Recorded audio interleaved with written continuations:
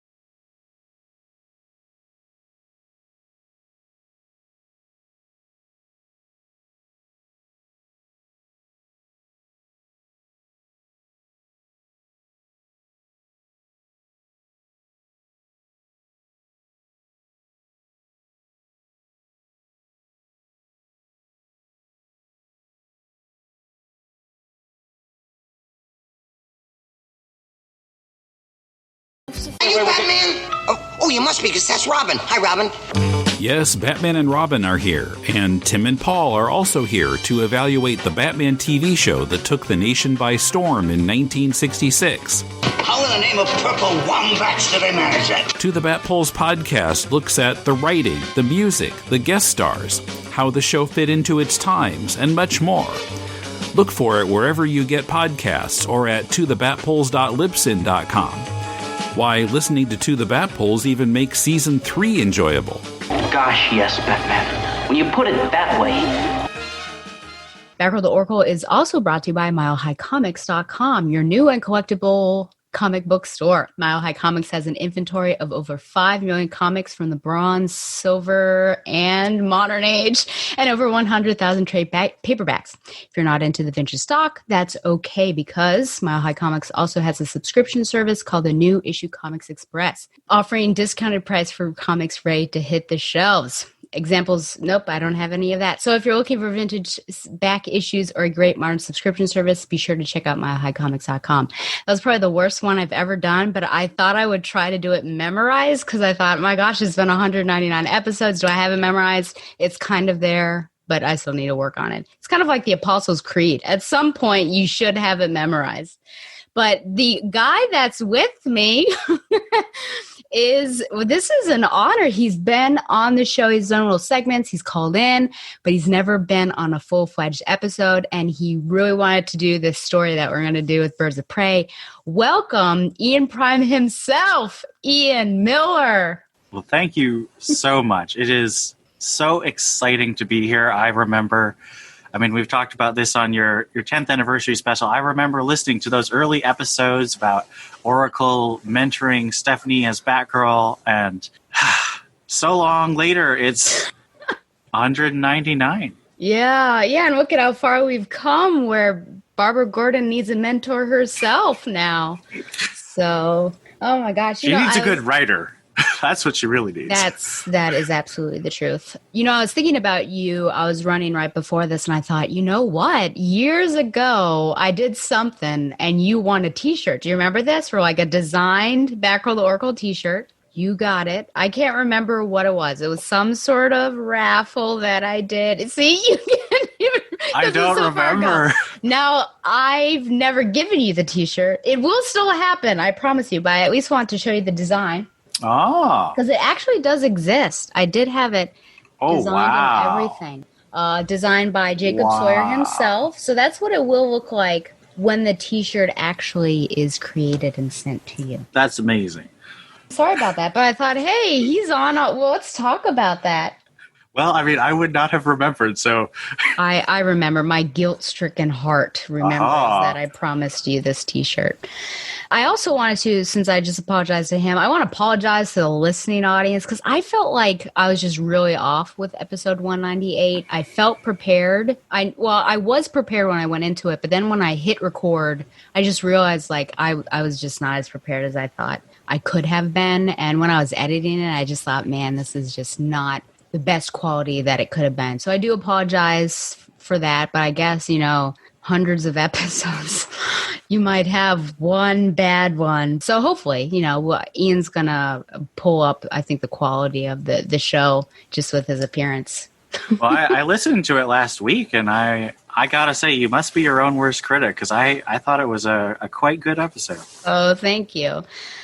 Oh, man. So I think I'm so used to now having co-hosts that sometimes when I'm by myself, it's a little startling, and there's no one to correct me if I'm incorrect. If I say something weird, they can't say, wait, back up. What did you actually say? So that's kind of like the weird thing. And with video, it's like unnerving because, I'm putting it on, I did to myself, putting it on unedited, but you're just like talking to yourself and now someone can watch you. So that's always interesting. I wonder if I can persuade Theo and Steph to do video podcasts with me. I don't know if they'd go for it. Yeah, that could be the new era. Do any of the Batman Universe episodes or podcasts do video besides me? I don't think so. I think we're all audio except for you. Just the occasional. I think it would be nice, but it is you do have to have your podcast hosts, on board, because it's not okay to pressure video appearance unless you were very considerate and you asked me and gave me the heads up, and so you'd have to do the same thing for any of the other casts too. I Absolutely. think. And at least with video, because I always give people the out that, hey, you could just black your screen out and there's someone coming down the stairs. You try to be so incognito. You could just black your screen out or have an avatar. So there's always, and just have that, you would just be audio. So there is that backup, which I always offer. I did want to talk about the Batman Futures solicitation. Is that what the official is Future called State. here? Future State, yes. Yeah. What is Future State? Could you tell us a little bit about that before I talk about specifically issue number 2 of the next Batman? Yeah, so just Future State in general is basically Convergence again. So back in 2015, DC moved from New York to California, and they hired a whole editorial team and basically a bunch of not brand new, but new to the titles creators to do 2 months of stories. So they were very complicated stories, but Future State's going to be similar. I don't think DC's moving, but they're sort of giving all their creative teams 2 months to either catch up or plan a bunch of new stuff. And so we're jumping into the future about 10 years. They've said it takes place between 2030 and like 2070. So some of them are going to be really far in the future, some of them just 10 years in the future. And they will explore different aspects of what could happen in the DC universe based on what's currently happening, but also some new variables thrown in the mix, particularly a new Wonder Woman. So that's the big new character, I think. Would you say that this is in continuity or an out of continuity, kind of like Future's End? Like it's a possible future, but it might not be something that we should hold our breath that it'll actually happen. It's a lot more like Future's End. So Future's End basically took the status quo at the time in September 2014 and extrapolated out 4 years. So you had, of course, Barbara. She gets married for some reason, and then her fiance dies, and she goes through the whole becoming like Bane thing. And Stephanie Brown and Cassandra Cain were coming back in Batman Eternals, so Gail Simone brought those in as a potential future group of Batgirls. You also had, the Birds of Prey fighting the League of Assassins. So it was a bunch of bold ideas that you couldn't do in main continuity, but were built on main continuity. And I think that's very much what's happening here. It's not going to be the set in stone future, but it is going to be things that if people like it or if the creators are really excited about it, they will build towards something like that in the future. Okay. So what I want to specifically talk about is, in fact, the next Batman issue number 2, and it says also in this issue. So I don't know if it's a short, 8 pages or something of a, how many pages is this actually? 64. It says also in this issue, Batgirls, Cassandra Cain and Stephanie Brown find themselves in a prison where the magistrate throws heroes and villains alike. What no one knows, though, is that Cassandra was sent there with a mission. And then, of course, there's some Gotham City sirens there. So, I mean, that could get people excited, but it's just a bummer that it's possible. It's a possible future continuity, not something that we can hold our breaths for, that this is in continuity. We're having the Batgirls. It's all coming together, what we always wanted, a team Batgirl. But what do you think just about that little solicitation there for that story? I think it sounds like a fun story. I have liked some of what Vita Ayala, the writer for that story, has done. I haven't read a lot of their work, but I've read a couple things that I thought were quite good. Aniki, the artist, actually did the second backup for Batgirl 50, so we'll talk about her work today later. This is clearly building off of the Joker Warzone, which was released end of last month, which your great betrayer joined us on the Batman Universe podcast to review.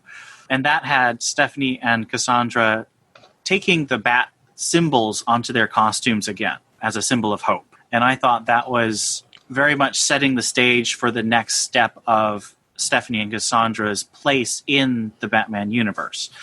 And I'm hoping that this backup story is the herald of what they're going to do with the Batgirl characters in March when the main line comes back. Now, we don't know for sure.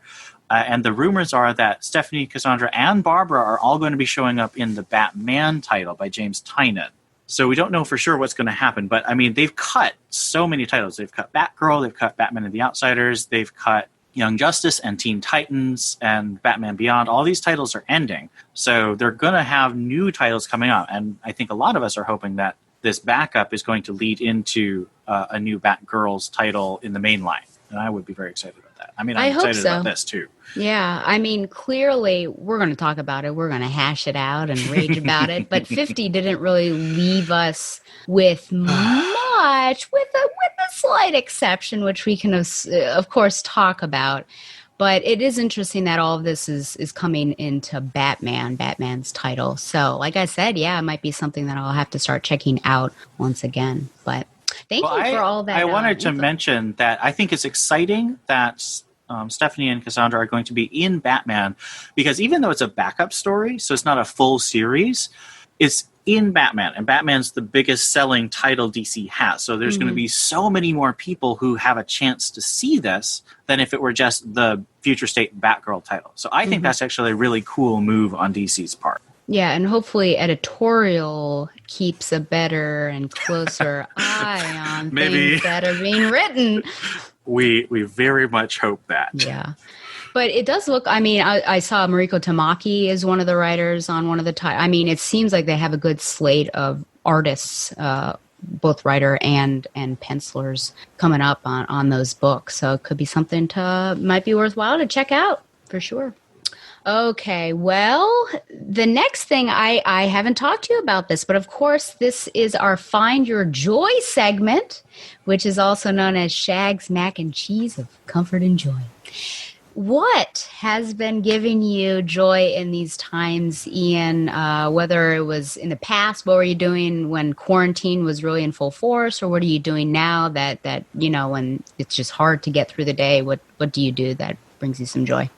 So, a couple of things. The last time I was fortunate to be on your cast, we actually talked about Emma, and I recently rewatched that with my brother and sister-in-law, and I loved it just as much this time. It's a fantastic movie based on one of my favorite novels. So Jane Austen's Emma is definitely a big thing giving me joy. And I also just finished my reread of Stephanie Brown's Batgirl run, which I've been posting on Twitter. And that was fantastic. Just so many great character moments and arcs. And, of course, great art by Dustin Nguyen and so many others. Yep. And now that I'm done with that, I've actually been reading Hawkman by Robert Venditti. Now, that series is also ending. But I'm planning to read one issue every day until the final issue releases. So it's all like one big story in my head. And it's not a series I ever thought I would like, but I was just bored on DC Universe the other day and checked it out, and I fell in love with it. I never would have thought I would love a man with a hawk wing, but I do. He's awesome. So after reading Stephanie Brown's run, what would you say, would this be your second time reading it through, maybe, or third? Oh, Stephanie's? Yeah. Oh, goodness. At least 10th. I've read 10th, okay. A lot of... I mean, I had to reread it when I did the Steph Wiki updates, and I've reread it at least 3 times just for fun, plus the first time I read it. So between 5 and 10. Okay, so now this makes this question even more interesting. Did you catch anything new, or did you have any new feelings reading it this particular time? Let's see. I did notice a couple things. I noticed a couple of places where I think Brian Q. Miller was still getting used to writing comics rather than TV. So there are a couple places where the dialogue didn't quite match up to an action. But that was quickly ironed out, and I'd say by issue 3 it was smooth sailing. I also really noticed sort of the structure of the issue. So the first year of the book is all about Steph proving herself, first to herself, then to Babs, and then to Dick and Damien, and then to Tim.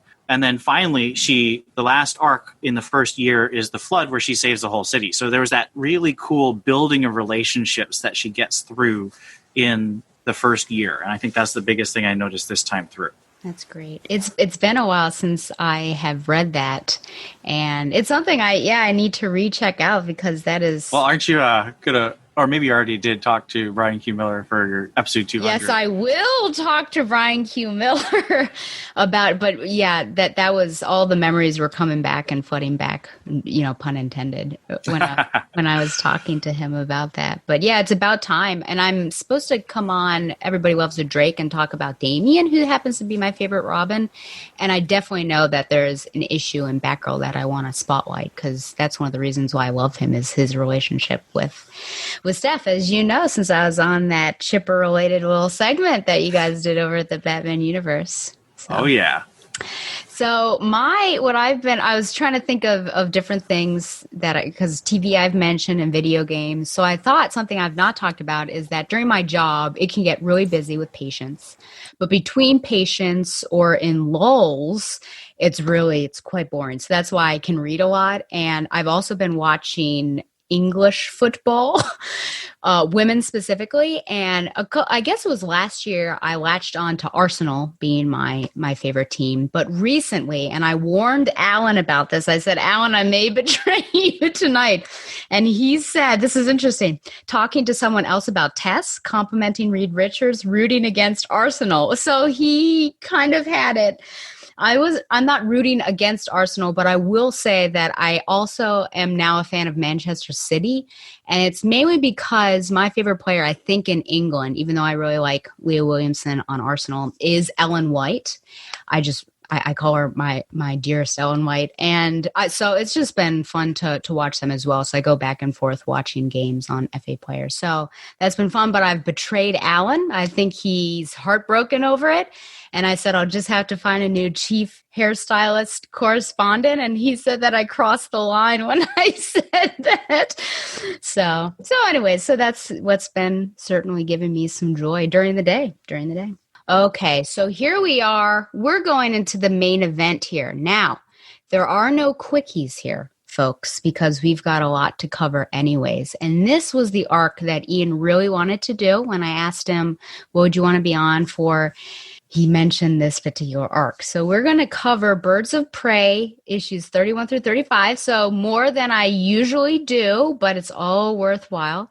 And Ian's going to give us all the recaps of these, and then I think we'll tackle them individually. Just that's how my notes are, just talking about each of them and those gorgeous covers, because now we're going to have Phil Noto into the picture. So, Ian, you can take it away as we all listen to you. Well, thank you. And I wanted to mention that on the DC fandom or wiki, they didn't have summaries for these, and when Stella first approached me, this is months and months ago, I noticed that there weren't summaries, so I decided to kill two birds with one stone and write the show notes for this and update the wiki. So all of the stuff that I'm reading is from the wiki, but I wrote it myself. Oh, man, that's great. So if there's a future podcast that covers this and they said, I used the DC wiki, then it's you. That's right. Well, I mean, you should check the edit history because someone might have come in after that. But that's true. The core of it is all me. All right. So issue number 31, The Big Romance. Do you want me to do credits too? Or Oh, please. Yeah. Do they change at all? Yeah, I they think do. artists do, actually. Yeah. Yeah, there's 3 different artists for the arc. So this issue is by artist, penciler Mike McDonnell, inker Rodney Ramos, colorist Gloria Vasquez, and digital chameleon. All of these issues are written by Chuck Dixon, and let's see, editors are Matt Idelson and Nachi Castro. And I believe that those don't change. So we're just going to go with different artists for the other issues. And the cover for this one is by J.G. Jones. The Big Romance. Jason Bard, in a pastiche of old, hard-boiled detective style, narrates a visit from Babs. But she punctures his 1930s and 40s movie obsession, telling him their relationship can't move forward. But she has a job for him, tailing Dinah, the chase starting 1,000 years ago. At a beach vacation area, Jason recognizes Dinah from a previous adventure while still musing on his feelings for Babs, and tries to approach subtly, but fails miserably when Dinah recognizes him. They exchange pleased greetings, Dinah thrilled with his returned vision, and they head off to catch up. Jason relates Babs slamming the door on a romance between them, and Dinah shares news of a mysterious new man in her life. But that man's employees call her away to dinner, and the 3 men move in to attack him. He takes them out with some difficulty and surmises that the attack is connected to Dinah somehow. Calling Babs up, he demands more information, and she says Dinah's time travel romance left her vulnerable, but she doesn't feel able to help her partner directly. The next day, Jason takes the audiovisual gear Babs sent him on his surveillance mission, starting with a scuba exploration to put a bug on Dinah's man's ship. But he's attacked by underwater muscle, much more dangerous than the thugs last night, including a dangerous woman who cuts his oxygen line. He manages to surface, but is captured by the man revealed as none other than Ra's al Ghul, who orders his men to kill Jason. Birds of Prey issue 32, penciled again by Mike McDonnell, inked by Rodney Ramos. This one's called The Stray. Dinah comes on deck of Roz's boat and stops Jason's murder, but calls Roz by the name Raymond. Roz pretends he wasn't going to kill Jason, and Dinah takes him ashore, as Babs freaks out about Roz being her new boyfriend. Dinah deduces that Babs sent Jason and grabs his audiovisual gear to talk to her partner directly. Babs reveals Roz's identity, but Dinah rejects the information, having formed a deep attachment to her paramour. However, the seed is planted, and she asks Roz if he's hiding anything, which he denies and attempts to woo her further with sentimental words. Babs orders Jason to leave for his own safety, as Roz and Talia discuss the threat Bane poses to his Lazarus pits, wondering if Dinah is another threat. Babs helps Jason escape his pursuers into an old castle, where they trick the assassins into falling through weak flooring into the moat, then take out the remaining 2 with Jason's cane. With Jason on his way to safety, Dinah and Talia chat on Roz's boat about Dinah's romance. Issue number 33, penciled this time by regular series penciler Butch Jackson Geiss, cover now by Phil Noto. This one's called The Courtship. Dinah swims around Roz's boat in the Caribbean. Roz kills a moray eel to protect her, then voices his concern when they return to the boat. He tells her that this area used to be inhabited by Toltec cultists, which he both created over 700 years ago, then destroyed 500 years ago, a fact he withholds from Dinah. They dress for dinner, and Talia joins the couple. Roz tells Dinah he wishes to marry her and father a son, causing her to leave in distress. He follows her, and she reveals that she cannot have children, but he says he can make her whole again, which again distresses her, and she rushes away yet again. Talia attacks Roz in jealousy for his desire for a son after her lifetime of service. Through her cabin door, Roz tells her there's much about him she does not know, including the power to heal her childbearing ability, which causes a darker suspicion. Talia reconciles with Roz, and he assures her that she will never be replaced. They muse about Bane's war with Roz, and again ask whether Dinah will pose a similar threat. That night, Dinah sneaks about the boat, following Roz's men through the water, finding Roz himself at the Lazarus Pit, which he gloats about his plan to heal her in its chemicals. She is captured by Ubu and brought before Roz, who tells of all the blood he's spilt to protect the secret of this pit from the world. She rejects him and their relationship, causing him to say she cannot leave with his secrets alive. In the meantime, Babs briefs 4 agents on her rescue mission for Dinah: Blue Beetle, Power Girl, Militia, and Honey. Issue 34, penciled again by Butch Geiss, cover again by Phil Noto. Part 4, The Heartbreaker. Dinah continues to reject Roz, and he resolves to throw her in the pit unwillingly, planning to use her lengthened lifespan to brainwash her into loving him. Aboard the Blue Beetle's bug airship, Babs directs her team, including a very cranky Power Girl. As Roz's men fire heavy ordnance at the approaching heroes, Power Girl and Militia soak up the damage, and the oncoming forces cause Roz to start a retreat, including killing Dinah.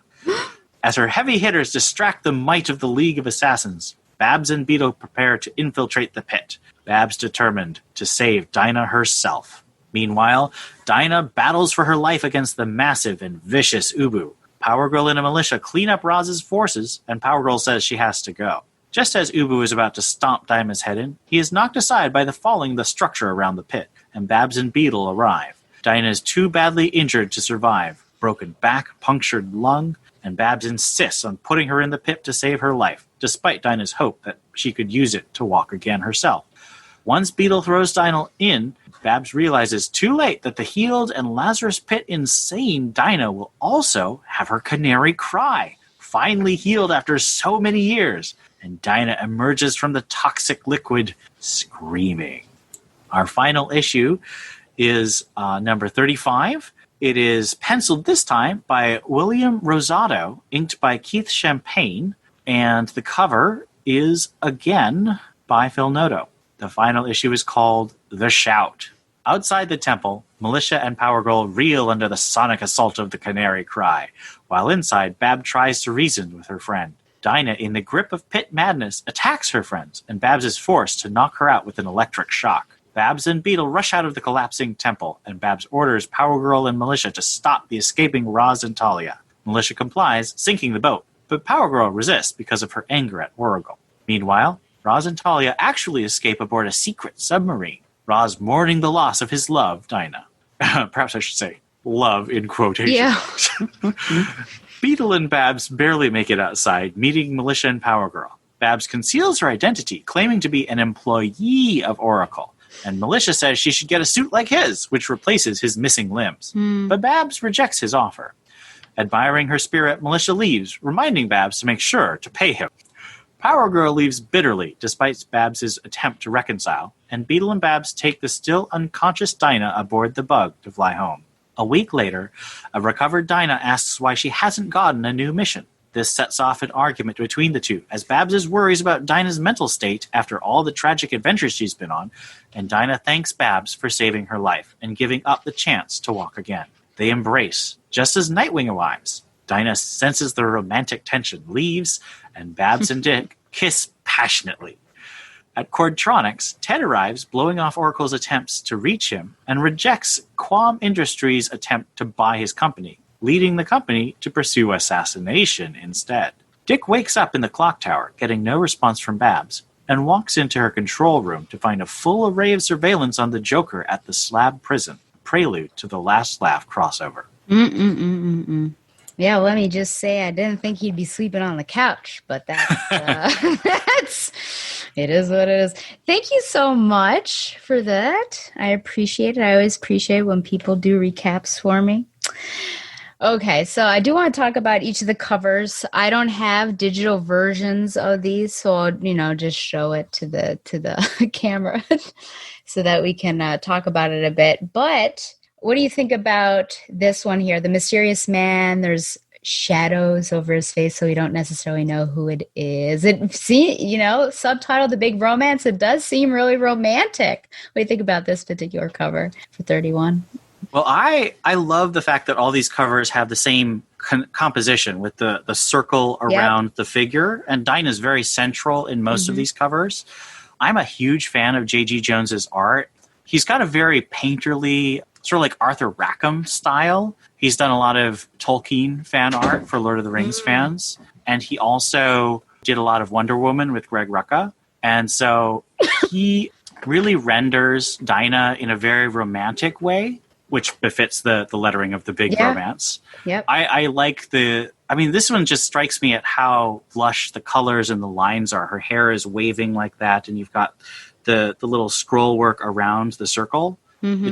And one of the things I love about this arc is that it starts off with all this romantic talk, but then the real purpose of the arc is revealed in the final cover. So I think that's just a really cool build. Yeah. And boy, does it takes a turn quickly. I mean, when she rejects him, he's like, it's not your decision, as if you had a choice.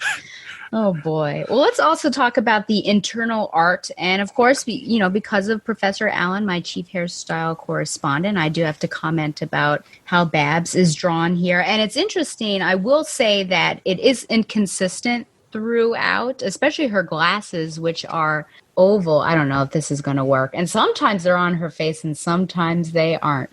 But for the most part, a pretty standard hairstyle, pretty red, no bangs, shoulder length. So I at least wanted to comment on that. But what do you think about the art overall, since we do switch art styles and artists throughout this arc? So I would say that all three artists, Mike McDonnell, Butch Geis, and William Rosado, are good. I have a strong preference for Butch Geis just because I think he has the best handle on the characters. And agreed. I think he is the most appealing of the artists. But I didn't have a real problem with any of the artists throughout. I just say that Butch Geis stood out the most to me. The rest of them were just very good instead of being noticeable. Yeah, I would certainly agree with all those comments. And then, when I was looking at 35, it feels slightly inconsistent with some of the depictions of Oracle. And I guess I was looking at a redhead and I'm like, that doesn't look like Oracle at all. It's not. It's a receptionist.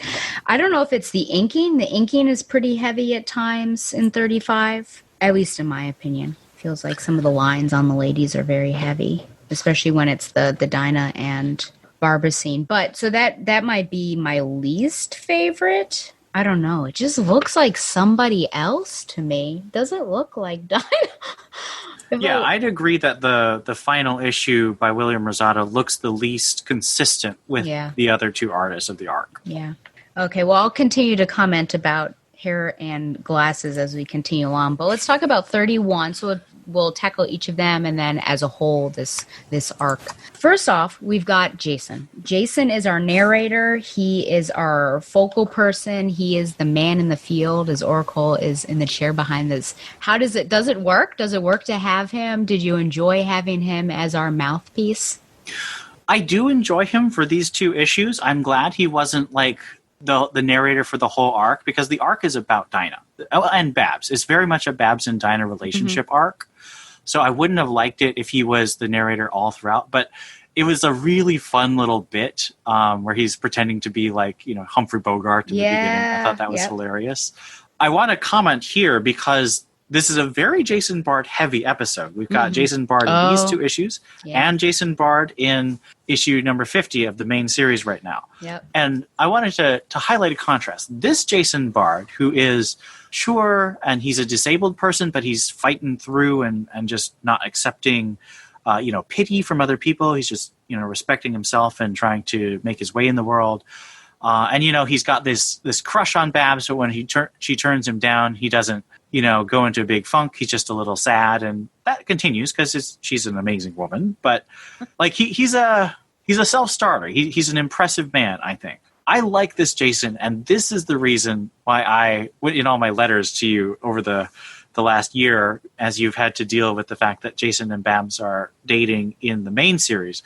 That's why I'm rooting for them. I do ship Dick and Babs as the final ship, but I like this relationship they have here in this classic Birds of Prey issue. And I hope that a better writer could take what they're doing and sort of build it similar to this relationship.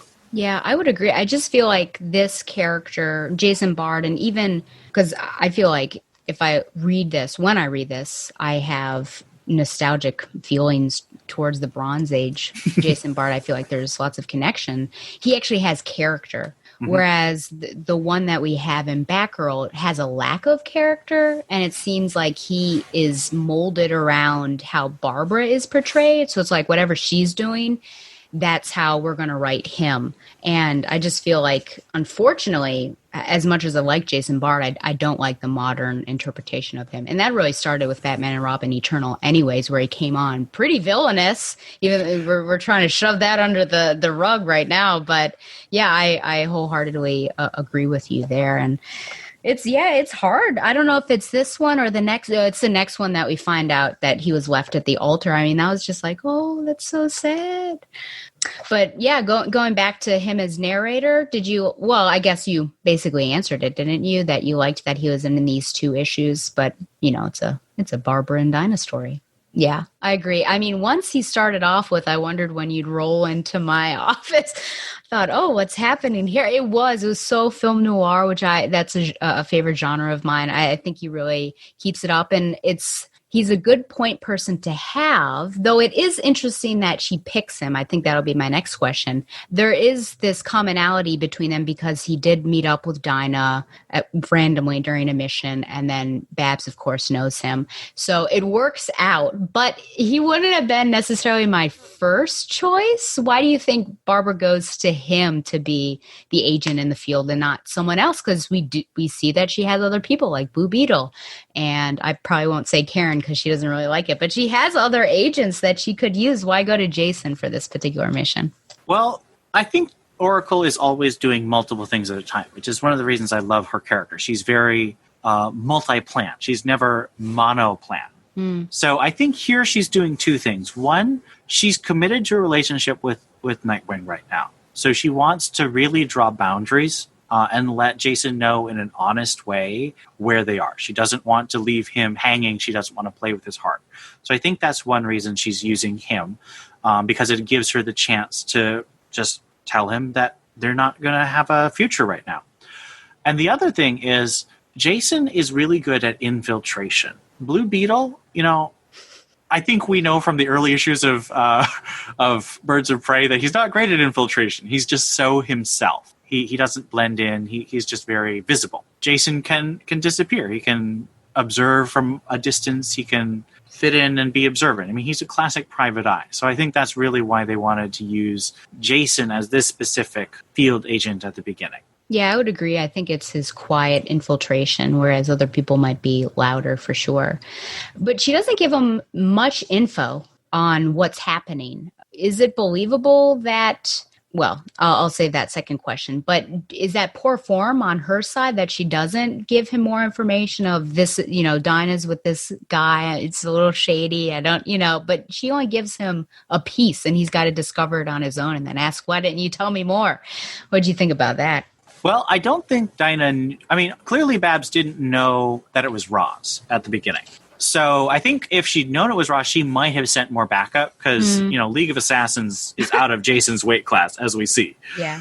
But I think she was just worried about Dinah's heart, and she was hoping that Jason, being very observant, could give her information about Dinah without necessarily having to interfere with Dinah's life. Like, she didn't ever intend Jason to have to see and meet Dinah. I think that it is a flaw. Another reason I love Oracle is she is a flawed character. She's a character who tries to guard her heart by making some decisions to keep things private that maybe should be shared more with people she trusts. And I would say this is an instance of that. But it's a very understandable instance because she really wants to try and walk a line between respecting Dinah as an adult, but also being really concerned because she's been through so much recently. I mean, this has been a really action-packed last year of Birds of Prey. Absolutely. Yep. Yeah, I was just looking at, I enjoy that simile that he says, "You're treating me like a mushroom here, Barb," as she's working out. And she says, "Excuse me?" Keeping me in the dark and feeding me manure. Yeah. And she does say that, it was stupid that she didn't tell him that it was Dinah. And he feels like he recognizes her, but of course he didn't have the use of his eyes when he was first with Dinah. So I think that's why it takes him a little bit. But there is one point, I was trying to find it, where she actually says that it's not how her and Dinah's partnership works. I'm trying to find where this is. Do you remember this? I'm going to have to flip through. Yeah, I remember that line, but I don't remember if it was in this issue or the next one. I mean, this, honestly, the end of this issue is really the first time where we get to see Dinah and Babs have a normal conversation for a while, which is one of the reasons I love this arc, because I share you and Carolyn's sort of feeling like Babs and Dinah finally meet and hunt for Oracle, but then they never really get to hang out. And this is one of the first times you really get to see them hanging out. And so that's one of the reasons I love this arc. Absolutely. I did find it wasn't here. It's the same scene as the mushroom scene. And he asks, "Why am I following her?" She says, "I'm worried about her." And then, "So call her and tell her that." Dinah and I don't have that kind of partnership. And I don't know. I guess maybe because it's the beginnings of their relationship, it could be believable. And also, I think I'm doing myself an injustice because I'm doing those quickies. And so I'm seeing them have a sleepover in Nightwing and do all that stuff. And that's, kind of concurrently, but it's not necessarily. So I think it's kind of all tumbled in my mind. But I feel like they've stepped forward a bit that she can't ask about that. I mean, in the beginning, absolutely, I would have totally agreed with that. But I feel like they've pushed forward a bit. But it is interesting that it says she's coming, or Barbara says she's coming off a relationship that ended strangely, which is, of course, Hunky Hunkerson from the Viking story. And I did wonder how she and Dr. Midnight split up because she was dating him in JSA. And I did ask Shagalicious, and he wasn't quite sure about the details, but that Dr. Midnight wasn't mentioned in this one. Well, something I would say in terms of my view of the trajectory of their relationship is this arc has the overall purpose, of course, of focusing on Dinah and what happens later in the arc. But it also really is designed to push Babs and Dinah to the next level of their relationship. And I think that's because Dixon didn't want to leave it to off-panel end. He wanted to show us Babs being hesitant at the beginning on these more emotional and private things that she doesn't know if Dinah will welcome her advice of.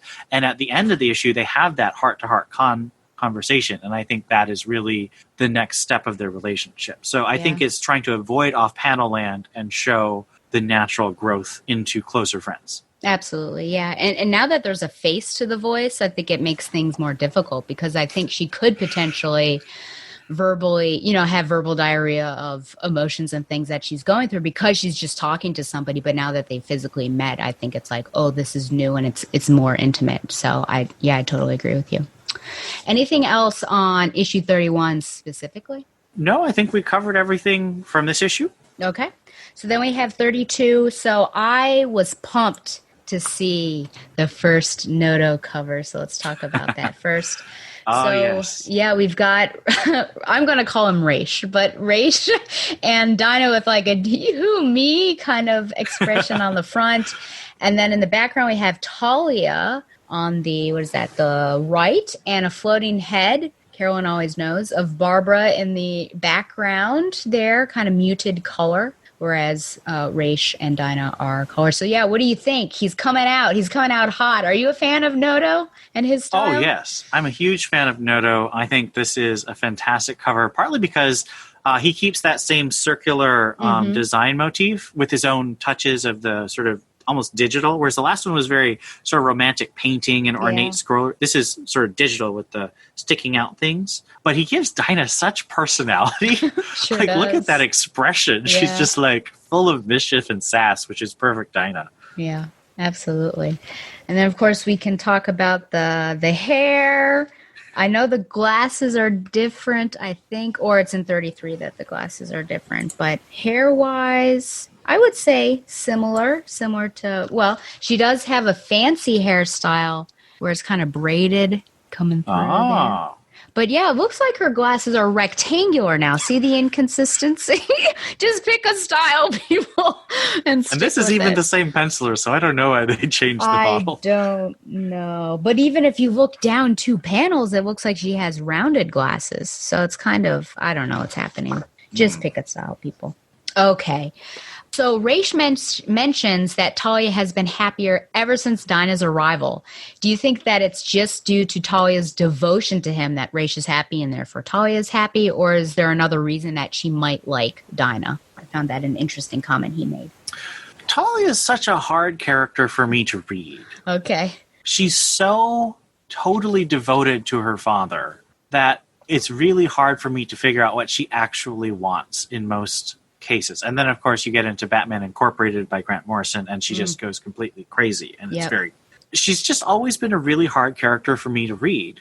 So I don't know. I can't really answer what I think she's doing. Okay. She's very inscrutable. Yeah. I can only guess. I think part of it might be her devotion to her father, that Raish is happy and therefore I'm happy. I don't know what issue it was. It was certainly before the Vikings where she saw Dinah really stick it to Bane. I think there might be a mutual, or at least an admiration on Talia's part that this is a strong female, because Talia is surrounded by men. I don't think there are any other females in the League of Assassins. You know, her sister, I suppose, Nissa, but she's not really around right now. But it's just her, it's Ubu, it's Raish, it's all these male assassins. And so to have another female potentially by her side that is capable, that stood up to Bane, whereas Talia was certainly someone that tried to do that, and I think she did it okay, but as well. But that makes it interesting. This quote makes it interesting, if only because in a later issue, there's a real 180 with how Talia treats her.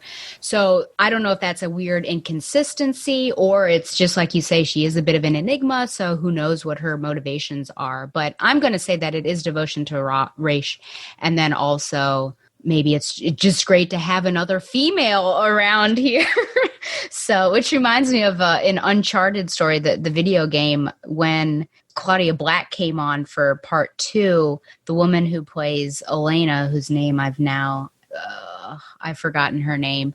She ran up to her and said, finally, another woman. So it's kind of like that. I feel like if you're just surrounded by a boys club, maybe you're just excited for another woman, but who knows. Okay, so here we actually have Jason and Babs, I think, really working together, actually on a mission. Does it feel like classic Birds of Prey to you? Is it different because he is a man? What do you think about this whole field operative? And because I feel like we're really getting into it this time, whereas the other issue, it's kind of like, oh, we're just investigating, but now there's action involved. I'd say Oracle manning the satellite and having all that knowledge, the floorboards and the architecture, that's classic Birds of Prey. Again, I think that Jason fits into the birds, but I wouldn't call him a bird. Okay. So he's sort of like a friend of the birds. Okay. I'm very much on your side in terms of, I think that the birds are all women. And that doesn't mean they can't have male allies. Doesn't mean they can't work with men, but the birds are women. Yeah. At least I think that was your position. I think so. Yeah. When I think to, I guess later in this run, right, with Gail Simone, and then with her, what was that? Volume 2, I suppose, also had a couple men. Oh yeah, Hawk was involved. Oh, Hawk. Oh, this is bringing back memories. Oh man, alive. Yeah. No, I just feel like it's a badass all women team. I think it's something that is unique, and why can't it be? But yeah, agreed. Yeah, so side agent that we have, and I think they work well together. I mean, he certainly has his questions, especially, how does she have all this information and everything? But he's a capable guy. I think it really fits his character. I think he does a good job. Now, I do have to say this panel is very startling, especially if you're a member of PETA, which I'm not. But, of course, the sheep. And then at the end, it was a bunch of sheep for the listeners there. It does say... Well, it was specifically a bunch of sheep that he drove into with a car. Yes, he did drive through them. And at the very end, it says, to be continued, please note no sheep were harmed in the making of this comic book, which I thought was really... It was cute. It was cute and fun. So I do appreciate Chuck Dixon and his humor. Yep. I thought that whole action scene was just classic. Yeah, it certainly was. Very, Mission Impossible or James Bond for the classic car chase scene. And I did mention this before, but this was the issue that we find out that Jason was actually left at the altar with Barbara. So just to know how serious that relationship had gotten.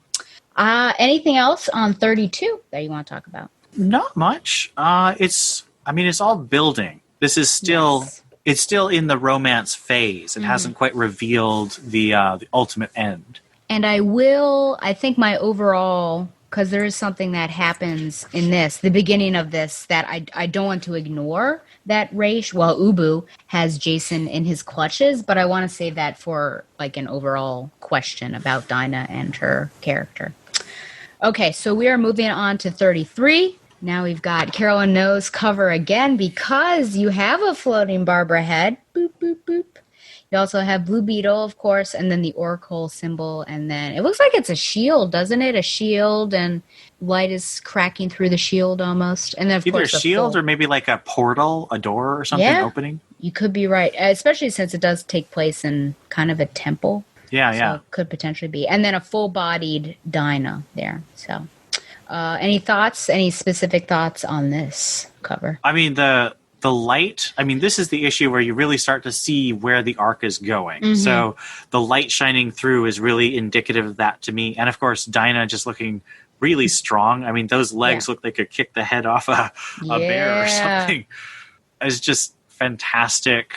The composition. And I just think that Noto has so much personality because you have Babs with her glasses slightly pulled down, so that gives her an expression, and then her eyebrows have a little quirk to them. I mean, he has these great faces that he does that I think are what set him apart from a lot of artists who sort of draw the beautiful face instead of giving it the personality. Yeah. Now, I can totally understand why he did it. Doesn't want it to look busy. He also doesn't have a lot of room, but he chooses Blue Beetle even though there are, of course, other people on that mission. It seems like a wise choice. Obviously, she's been on a mission with him before. There was some flirtation there as well. But do you feel like, it is a bit strange because it's not like I guess he is highlighted over the others. But do you have any thoughts on, what about all the other Militia and Honey and Karen? A.K.A. Power Girl. I would say that there's a connection with Beetle because of his history with the title that I think made them... I don't know if this was his choice or if this is editorial, but it felt logical to me that he be the one who'd be on here. And Militia and Honey are really just, there for muscle. And Karen, of course, will get her own story much later in this arc. Yep. Not this run by Dixon. That was one of his final stories that he told. And he's sowing the seeds. I mean, we can talk about that now, but there's tension every time Power Girl is in the same space as Barbara. And even if Barbara is off and Barbara's communicating with someone, which she does, she communicates with Militia, and she's got these thought bubbles of mean things basically. So it's really interesting that how much he has sowed the seeds of this. I just feel like that it's a smart writer. And now modern times, these seeds are sown, and I'm thinking Birds of Prey New 52. Seeds are sown, and I'm waiting, and then it never happens. Oh my goodness, that last cliffhanger of the first arc. Yeah. Never addressed. I know, that's what I'm saying. How did that happen? Yes, but here at least, we can trust that Chuck Dixon, he's doing this for a reason. All these little details, which I really appreciate. But we're getting a little bit more of like, oh, what's happened that has made this so bad? But we won't know until a little bit farther on. Okay, I thought it was this one that she had different glasses, but I can't find it unless it was another one. Eyeglass shape. Well, she's barely in this issue. This is such a heavy Dinah issue. Yeah, it is heavy Dinah. I thought I had seen some that looked like Aviator style, but we can, maybe I'll find it, maybe I won't. But here we go. Okay. First of all, interesting outfits for dinner. I don't know if you caught on to that. Carolyn would certainly catch on to it. I'm trying to see if I can pull up it's just, what are you wearing? But, They're wearing Caribbean summer on a boat stuff. Gosh. Sure. Daughter, stepdaughter, and stepmother wearing scandalous things. Okay, that's fine. We'll go. Okay, so here we go. It's not that scandalous. Dinah's is like a sports bra type bikini. It's got, but it seems more actiony. But it's hot. I sympathize. It's quite hot down here. Okay, that's fine. Okay, so this is what I was talking about. Talia calls Dinah a witch. So I thought this was such a change, and I wondered, what did she think her father wanted? She was shocked that he wants marriage. I mean, did she just think he wanted, as I call it, pelvic affiliation? I mean, what's going on here? Well, thoughts on Dinah's turn, as I'll say. You mean Talia's? What did I say? Dinah? Dinah. See? That's why it's good to have a co-host. Yes. Thoughts on Talia's change in perspective regarding Dinah? Well, this one actually makes some sense. Whereas before I was still sort of on the outside. This one I really understood because, as I said, Talia's whole character is subsumed in serving her father. Mm-hmm. And she is rewarded by him trusting her absolutely. She is the number 2, the Darth Vader to his Emperor Palpatine. And there's a line in the recent, what was it? Talia showed up in something recently, and she said that, oh, that's right. Okay, so in Deceased, the digital first zombie thing, Talia was talking to Damien, and she said that the only way she knew her father loved her was when he killed the people who threatened her. Mm. And I would say that she doesn't have a good sense of her father's love because her father's a terrible person and doesn't express love in a healthy and appropriate way. So she also doesn't know how to express love in an appropriate and healthy way. And so when she's threatened with the potential of a new heir, a stepbrother, she reacts with great fear. And that felt really realistic to me. Not sympathetically, because I've always loved all my siblings, but it made sense on a very human level to me. Okay. That perhaps, Daddy, all of Daddy's love will go towards this woman and not me. Yeah. Yeah. And I think that was actually very reasonable because Raish is not a very, I stand by what I said. He's not good at expressing love in an appropriate and healthy way. Yeah. I get that for sure. But do you think that she thought that I don't know, what did she think this relationship with Dinah was between her father and Dinah? Because that she seems so, I thought she was a plaything, a moment's distraction. Yeah, I don't know. I think that's it. I don't know how old Talia is supposed to be, but I think she thinks in the long term. And so she sees most people as disposable. And if Dinah became a wife, she stops being disposable and starts having to be something that changes Talia's life. Such a scene. Now, there are some other details in that particular scene that I do want to talk about. I did find the aviator glasses. There they are. Okay, just wanted to say that.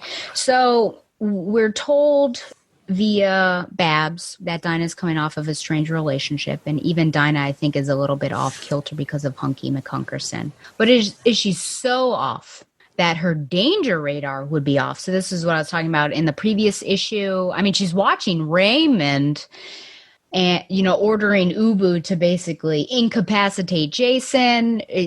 Jason wasn't doing much. He was a bit suspicious, but does she not see anything that's potentially dangerous about Raymond? Is she just off? And we can say she's nursing a broken heart. She's not working on all 4 cylinders, I guess, as they say. Or is this a bit out of character for Dinah? I would say there's two things that make this work for me. The first is that Dinah's clearly rebounding. When you're rebounding, you're very vulnerable. You tend to jump immediately into any sparks of feeling and you fan them into flames.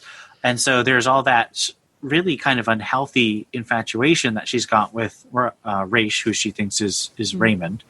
And also, she's on vacation. Like, I know I'm obviously not in school anymore, but when I was in school, I would not be terribly interested in doing school type things when I was on vacation in the summer. So I think she's got the double whammy of rebounding and being on vacation. So why does she have to evaluate everyone as a potential supervillain? Yeah, that's true. That's true. She is timed out. And she does even threaten, I don't know if it's in this one, that she's never coming back. I can't remember if it's this issue or not. So it seems like she really wants to be out of the game, the superhero game. So I guess that Viking issue, which is so interesting, that really deeply affected her. Whereas Carolyn and I think we're just like, this is an interesting mission, get back to Babs and Dinah. But it actually was more than that for Dinah actually living it. So that is interesting. Well, this is probably an easy question, but what does it say about Raymond that his vision of a perfect woman is one who is able to bear children? What do you think about that? Does it say anything new about Raymond that we haven't already known? And by Raymond, I mean Raish or Roz. Don't feel pressured to call him Raish. You can call him Roz, sir. Well, I just did a marathon of the Christopher Nolan movies, so that's kind of why Roz is in my head right now. Gotcha.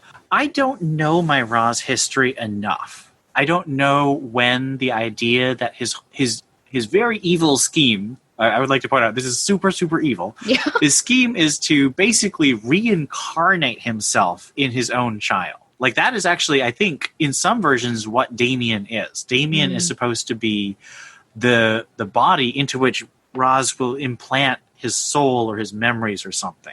Because, his own body is dying, and it would be easier for some time for him to have a young body to grow strong again. So I don't know when that happened. I know that in Batman Beyond, he actually transferred his consciousness to Talia. Yo, he sure did. That was such a weird episode. Oh, it was creepy. So I don't, and I think that was actually around the same time as this issue. So I would say that the idea of him impregnating someone who he thinks will make his child/receptacle's body stronger definitely is in character for his evil, eugenics loving, immortal, craving supervillain self. I like, it is gross, but I mean, he is a supervillain, so it's not like unusual. Yeah. And I mean, he did try to, I'd have to think about what his views on women are in general, because I mean, he's always wanted to have Talia be married to someone or have some equal partner or partner that at least he can stand. But I feel like that's still part of his eugenics plan to create a worthy receptacle. Yeah. Because, again, that was what Damien was for with Batman. Yeah, for sure. Yeah. So, but if he loves Talia, it's interesting then what part, I mean, she's just, I don't know, a part of the plan almost. So but is Dinah, does he have any true feelings towards her? I mean, we've already established that he loves in a strange way and doesn't show it healthily or properly, but do you think he has any affection towards her or just sees her as a means to his ultimate goal? I think that he admires her spirit and her, of course, her physicality. She's one of the greatest martial artists in the DC universe. So he admires both her physical strength and her mental discipline that you need to get to that level of skill. And I think against his will, he kind of does end up giving her a part of his emotional heart. Because, at the end, he's like, oh, I've lost Dinah. And I think it was a little more than just his plan being ruined. But, I mean, just the fact that he does have a small part of him genuinely in love with her doesn't mean that he's not, completely inappropriate and unhealthy. And his whole plan is just really gross. It is pretty bizarre for sure.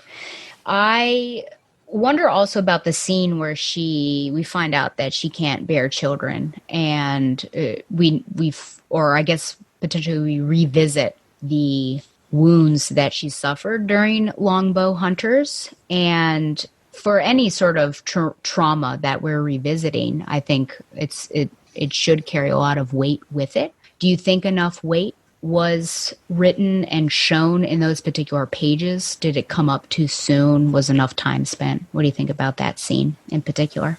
I thought that Dinah's reaction was very nicely done. I think it might have been nice to have maybe a couple of captions of her thoughts. It wasn't a very internal scene. We just saw her from the outside. Mm-hmm. But I thought her reaction felt very real, and I like the fact that that is the turn. After that, just blatant display of really strange pressure from who she still thinks is Raymond, that's when she starts investigating. So I thought that it was deliberately constructed as an emotional turning point for Dinah, and I think it worked well that way. Yeah. The only bummers, I guess I'll say, is that number one, she didn't have this sort of conversation with Babs. I think that could have been really deep and meaningful. And she doesn't have a good receiver to talk to in Raish, because he's like listening, going, I can cure that. So it's like there's not very much empathy there. It's just like, okay, he's hearing her, but he's not really listening, or he's listening but not hearing, whichever way you want to go. So that's the only disappointment, I think. And it comes quickly for me. Like, I wish maybe, well, I guess we don't need her to focus on that trauma. We do want, these characters who have suffered trauma to not let that define them. But it's just interesting that it comes all out in this particular arc. And so I think that's the only thing that I miss, really, is that she wasn't able to talk about this with Barbara. But like you said before, really they're just starting off in this intimate part of their relationship. So it's not like they've had time to really hash out, hey, what was it like to be in Longbow Hunters? Oh, hey, what was it like to be in The Killing Joke? So I guess we can only do so much. Anything else from 33 in particular?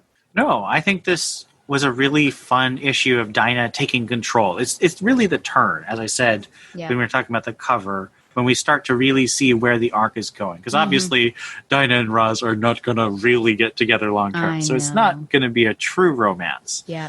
So I liked starting to see where it was going in the long run. Mm-hmm. It reminds me of, and I don't know which issue number it is, but she was on vacation, and the way that Dixon plotted it is that he made suspenseful moments.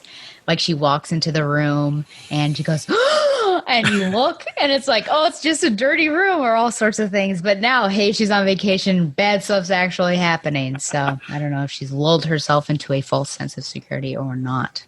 Okay, so moving on to 34, we're seeing something suspicious where he's holding her. She looks comatose. And who knows, he could drop her in the pit. And then kind of a dead-eyed stare. We have a floating Dinah head. 1,000-mile stare, or whatever that is. Which makes sense, right? Because we know what happens when you get dropped in the Lazarus pit. Thoughts on this particular... Oh, and we have different symbols. We got the demon. Yeah. And then I'm not sure about those. I wonder if they mean anything. But probably going back to his historical story that he was telling, that he actually lived through. Well, it looks like we've got a curved sword on the right with a shield, maybe. Oh, yeah. And then, I don't know, maybe that's a pit on the left-hand side. Could be. Could be a representation of the Lazarus pit. Mm-hmm. But I think this is really fantastic. The red stripe down the middle gives it an ominous feeling, sort of like blood.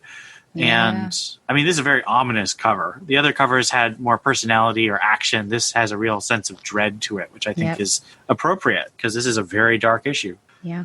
Now, if Carol and Coco were here, she probably would comment on the tatas right there. I don't know. They do seem a little artificially designed there. I don't know. I'll leave it up to Carolyn to say. Well, I do think that it's important that in none of these covers is the famous broken backed pose where the front and the back are both like, so this is the person and they're like this. Yeah. So like we don't see any of that very strange pose that is very common in in art. Yeah, in general. I think it's thankfully gone away, but it was really common even up to the 2010s. Yeah. In 33, the very first page is her diving, and I was looking, I was like, no, that's a pretty good dive pose. So yeah. they did a good job there. Okay.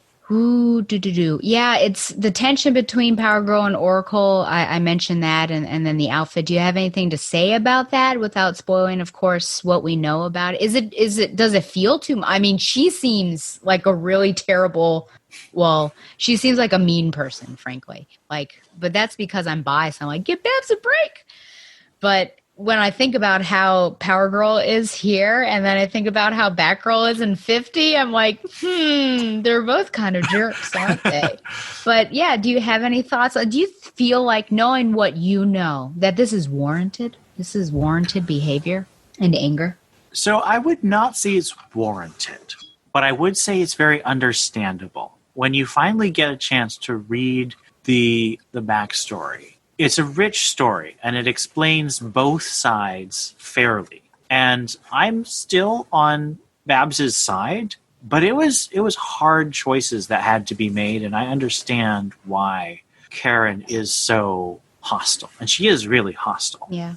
But she also, she shows some honor in the next issue in respecting Babs' secret identity. So I think she's still a heroic character, even with the bitterness. Yeah, were you at least surprised about that? That's in 35, of course, but that was one of my points, that she didn't let on to Babs' true identity to Militia. I was a bit surprised because she was so hostile. So I think that was supposed to be, a pet the cat moment where she's like, I will do the right thing, even though I really don't like you. Yeah.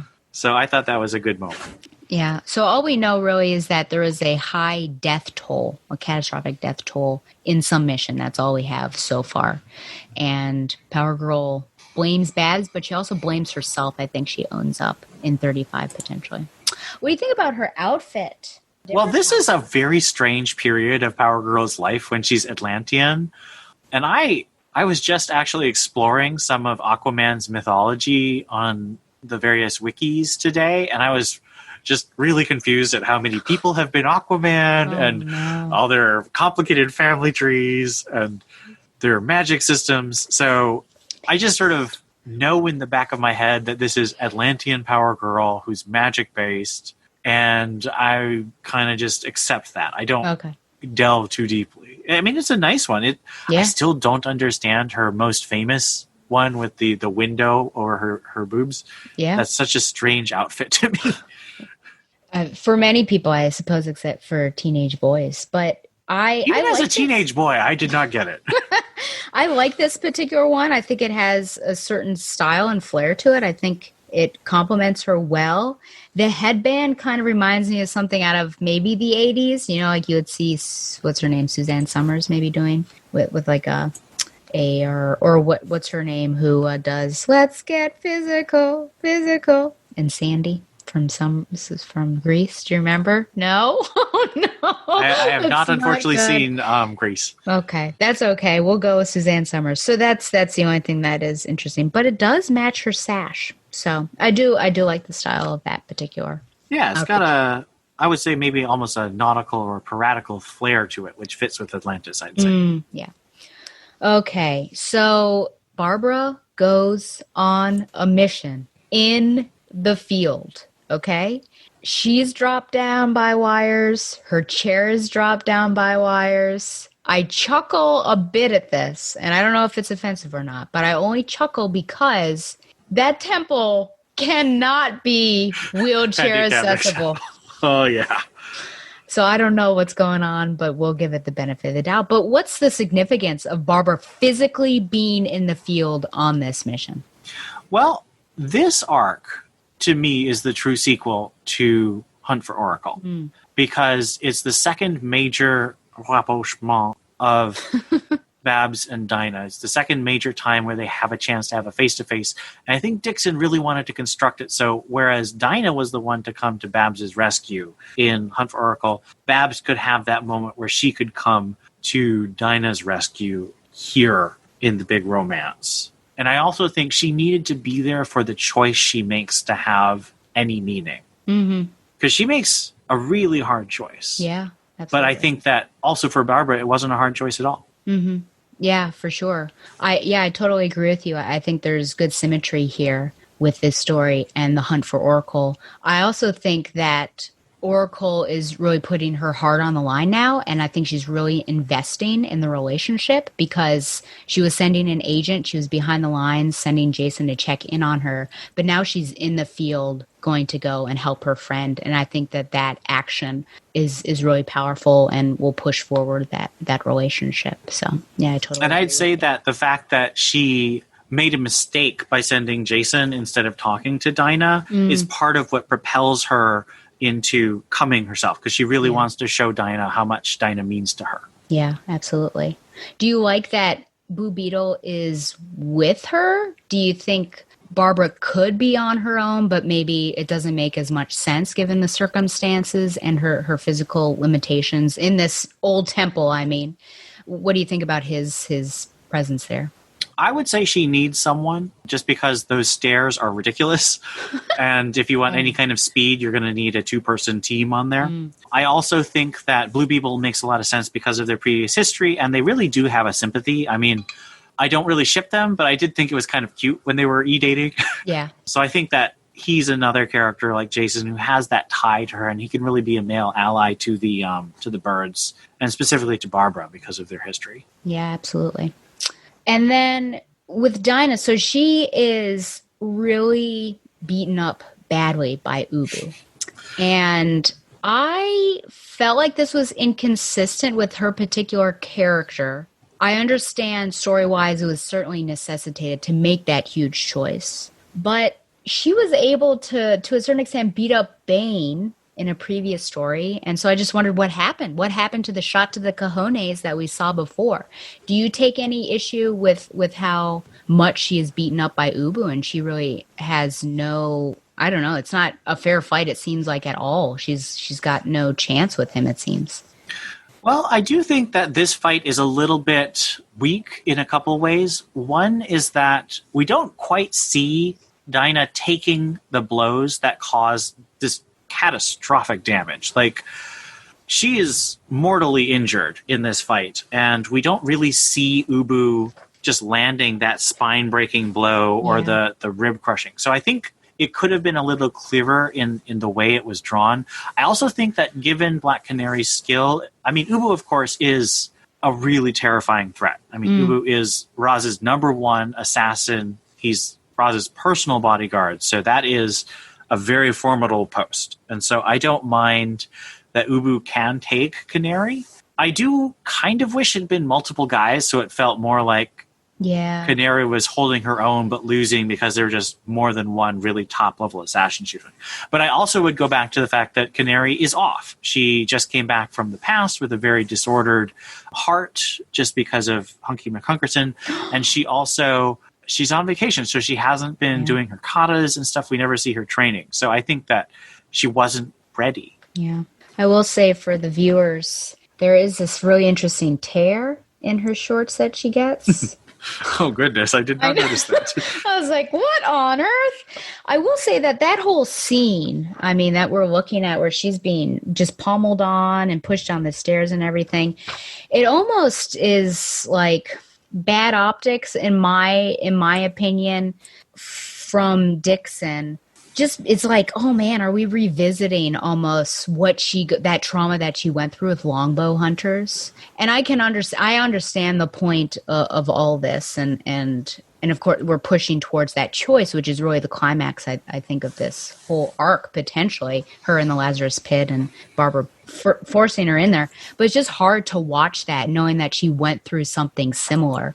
And like you said, I think it would have been better had it not been one man, had it been the League of Assassins, because then you could see her have her agency, like actually show this is how capable she is. And I totally agree with you that she is off her game with the heart and then not training everything.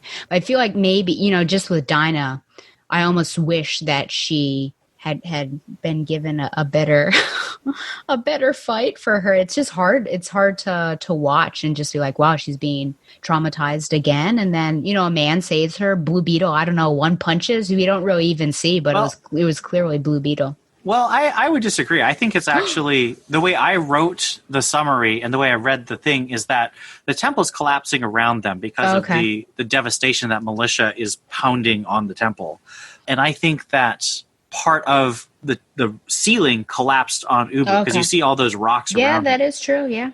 So, I mean, you could argue it's still militia, he's still a man, but it's not him saving her directly. It's just sort of the circumstances of the location, and she was saved by the rock, really. Yeah, she lucked out.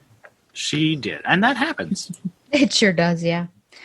Do you want to talk about this huge choice? That Dinah says no, Babs, you go into the pit, and Babs says no. Well, as I said, this is a really meaningful choice because Lazarus pits are devastatingly guarded. I mean, as Roz says in this, he's made them all into fortresses. So it's not like you can just go there for fun and get a cure. And I think Babs wouldn't do that herself anyway because she's found a place to be a hero where she's more powerful than she was before.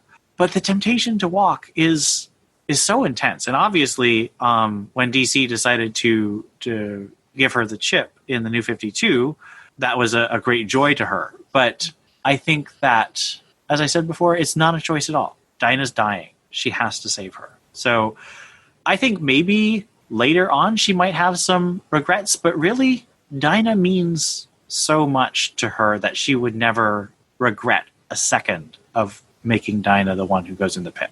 I also, yeah, and wholeheartedly agree with that. And I will say that it's great that even though it's an emotional moment, that she still is cheeky and says, "And let you be the hero again," which I absolutely love. But I will say that I wonder if circumstances would be different. I don't even know if Dixon was thinking about this. I'm sure he knew. He's an intelligent man. This is not the first time she's been offered a cure. So at least 2 times, in my memory anyways, you've got Underworld Unleashed, I believe it was called, where I think his name was Neuron, offered her to be able to walk again, and she said no. And then there was I can't remember who did this, but in Justice League, when there was a huge threat and it was a longer story, someone else offered something to her. So this is potentially the 3rd time that she's been offered. So I don't know if it becomes easier for her to say no, but I wonder how the temptation would be if it were the first time. But at the same, this is Barbara Gordon we're talking about. And to have her, we're getting close to best friends, her best friend practically in her arms, bleeding out, about to die. There's no way that she would make that selfish choice and say, "Oh yeah, I'm diving into the pit." So that wouldn't be Barbara Gordon. She just would not be. It would not be. So yeah, sister, I'm jumping, and she rolls in. That'd be terrible. Though I would like to see what an insane Barbara Gordon would be. Maybe we've seen. You should. We were talking about this on Twitter, but you should check out that Elseworld's Finest Batgirl and Supergirl. Yeah. Because that's a very interesting depiction by Barbara Kiesel of a Batgirl who's gone slightly off. Interesting. Yeah, I'll certainly have to. I've got to get past the art. The art is kind of what yeah, that art is definitely the kind that we were talking about with the weird poses and stuff. Yeah, the cheesecake art. Mm-hmm. Okay. Do you have anything else to say on 34? Because we're going to talk about the big curing and the. Well, when I saw the pit in this issue, I realized what was happening. Because I read this after I read Simone's run, so I knew, of course, that Dinah had her cry again. But I didn't know how she got it back. So I just sort of gotten used to it. And then I realized this is how she gets it back. And I'd read, the 33 issues before, and I was just. That revelation just kind of blew my mind. This is how it happened. It was such a cool thought. And I thought it was a fittingly epic Caribbean adventure in a mysterious island, and a genuine supervillain, Ra's al Ghul, is involved. Yeah. This isn't a thug. This is a major threat. And so this story felt big to me. And then her going in and coming out with the cry was a fantastic reveal. Yeah.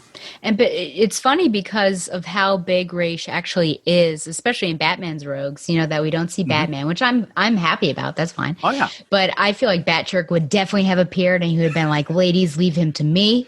This is, just stay away from him. He's dangerous." So, okay. So then we get to 35, our final issue in this particular arc. So here we have... Could be an evil Dinah. She's breaking out of I was going to ask if the circle was breaking every cover, but no, not. But this one definitely is breaking. There's some fire, and there's some light coming from her eyes. And there's a hint of the future. On the bottom. Bum, bum, bum. Rebirth. There it is. That's a little joke about 2016. But yeah, I mean, this is a mirror of the earlier light breaking out, but this time it's breaking out of Dinah's eyes and mouth with the cry and the resurrection. This is just a powerful image of Dinah caught in madness, but you can see by her arms that she's still just so powerful. And then it's really so dramatic the way this cover works. Absolutely. And correct me if I'm wrong, but you can only use the pit once, correct? Each pit? That's my understanding. I think, I mean, pits are completely made up, so I'm sure there's like special pits where you can do different things. There's the Nain pit in Tom King's Batman run where it's actually a pit of exchange. You have to give a life to get a life. And so there are pits that have different rules. Okay. But the standard Lazarus pit, it's a one-time use only, which is why it's so important that Bane is destroying them. Yeah, and I like the fact that this pit seems to be breaking down, so it's almost like the after effect of it being used for sure. Yeah. So this is a pretty big deal that we are curing Dinah since she's had those injuries since Longbow Hunters, as I said. And this was the status quo since 1987. I did ask Ryan Daly, who's a huge Black Canary fan, and I just wondered if, did anyone have a say in this? Is it just Dixon could pull this off and convince the powers that be? And he said that it was mostly Mike Grell and the editor Mike Gold, who also edited Black Canary's mini and 12-issue series in the 90s, who were into that. Those were the two who wanted her depowered. By the time Dixon started Birds of Prey, he had already taken over Green Arrow years earlier, and then all the Batman books. I'm sure by then there wasn't much strong opposition to giving her the scream back. So, but still, 87? Whoo! To 2001 we are? Man, that's pretty big. That's a long haul there. Do you think anyone else could have pulled this off besides Dixon? Oh, I mean, I'm sure lots of writers could have pulled it off. I think Simone definitely could have pulled it off. I've only read a couple of her solo issues. I don't really think that the writer of that one, at least not in that series, could have pulled it off. And apparently she really didn't want to. I'm trying to think who else has used Canary much. I think maybe the Bensons might have been able to pull it off, but I think that they might have needed, I don't know. I really like that arc with the, Blackbird, where Dinah sort of expands her power set. I thought that was kind of cool. So I think maybe a couple other writers could have done it. Definitely not only Dixon, but I think Dixon pulled it off in a really powerful way. He had the clout. Yeah, and I think it was long enough that it made it significant. If it was just a couple of years down the road and they threw her in, I think everything just went together as the perfect storm with this particular arc and building up to it, which was great. So, okay. Here we go. Does erasing the injuries erase the trauma in readers' minds? Is this action at all similar to what we have seen happen with Barbara in recent years with the chip? Well, the chip is part of a relaunch, and the relaunch also de-aged Barbara by about a decade. And so it's not quite the same because this is the same Dinah who was traumatized in the long run. There is no break. Of course, there were a couple of resets, but this is still Dinah. And this is done as part of a storyline. And one of my biggest complaints about the New 52 and the way it's retconned Barbara is that we never had this story. We never had the Barbara struggling with her rehabilitation, struggling with her physical therapy, and then finding out about the experimental treatment. Like, we never had that story. So it felt unearned that she could walk again. Now, if they'd retconned it so that the Killing Joke never happened, that would have been a completely different situation because it wouldn't need to be earned because it wasn't a trauma that she had to overcome anymore. But they kept the trauma, but they never gave us the story of her growing in it. And that's really my biggest beef about the treatment of Barbara specifically in the New 52. I wonder about people who might not be, like, what if they're just tuning into this now and they're like, oh, Canary gets her, but they don't recognize, the significance of that. Or even people who haven't read this story, haven't read Longbow Hunters, and they just assume Black Canary has always had their cry. Those are the people that I sort of wonder about. And I feel like, no, I agree with you that just because she's cured now, she's healed, that the trauma is still there. We can't forget about that. But I just wonder if we do forget about, like, oh yeah, she has the canary cry now, but we don't reflect back that, oh, there was a time when actually she didn't and she couldn't bear children and she endured this thing. I wonder if, even though we don't want to, we do actually. I don't know. Well, Dinah also has lost so much in the New 52 with the horrible Team 7 backstory and the loss of her mother as a role model. That's right. Like, the New 52 and I have many beefs, and most of them are centered around the Batgirls and the Birds of Prey. Oh, yeah, I'm sure. Okay, we get a look at evil Dinah. And how she reacts towards Barbara. That was certainly hard to read. I don't know if I have a question about that. You can certainly comment on. I mean, that was rough. That was rough to read. I think you need to be rough, otherwise it feels too easy. I mean, that's one of the things, is something like this has to be earned. There have to be consequences, and you have to make it.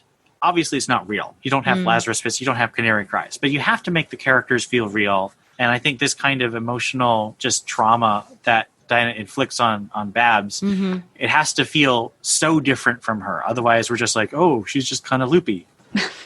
Do you feel like Barbara, well, number one, I do have to say that with the Canary Cry happening at the very beginning, if Militia and Power Girl are having some issues and they're far away, then I feel like Blue Beetle and Babs should be dead, but that's just me. I think that you are not wrong.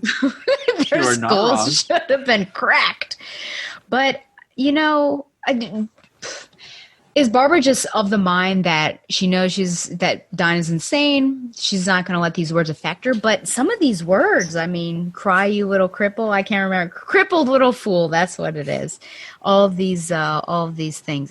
Should we have seen at least maybe a crack in Barbara's composure? Are we okay? Just like, we'll just go on with the story and not focus on any impact that Dinah's words may have had on Barbara. Well, I think this Babs at least, is a very mature and very intellectually capable person who really turns her emotions off in the field or in circumstances like this. She'll have reactions later, but she's also very private, so she's not going to inflict that on a lot of people, especially since she really doesn't hold it against Dinah. I mean, that wasn't Dinah speaking, unlike Babs in a different version that we're going to talk about. But this Barbara is a mature and powerful mind, and so I think she separated that in the urgency of the moment when it needed to be done. Yeah. And I mean, things were collapsing around them, so she can't really cry at that point in time. Though the Silver Age, she probably would have been like, ah, and then someone was, Blue Beetle would have been like, snap out of it, we got to get out of here. So I actually read some Hawkman and Hawkgirl from the Silver Age, and it was interesting because I think it was Gardner Fox did have Hawkgirl crying, but she doesn't cry till after the fight. She's like really capable until they win, and then she cries. So I thought that was an interesting choice on his part. Tears in women. It reminds me of those romance comics where there's always like someone crying. Someone's weeping copiously in the corner. Oh, yeah.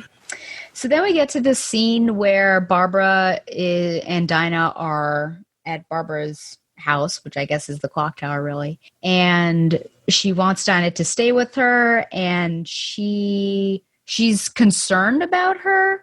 Dinah jokingly says, like, maybe I've gone over to the dark side or something. But Barbara is like, yeah, actually, you fell in love with an evil immortal. You're dumped in God knows what kind of chemicals. You step out totally insane and nearly killed Ted and me.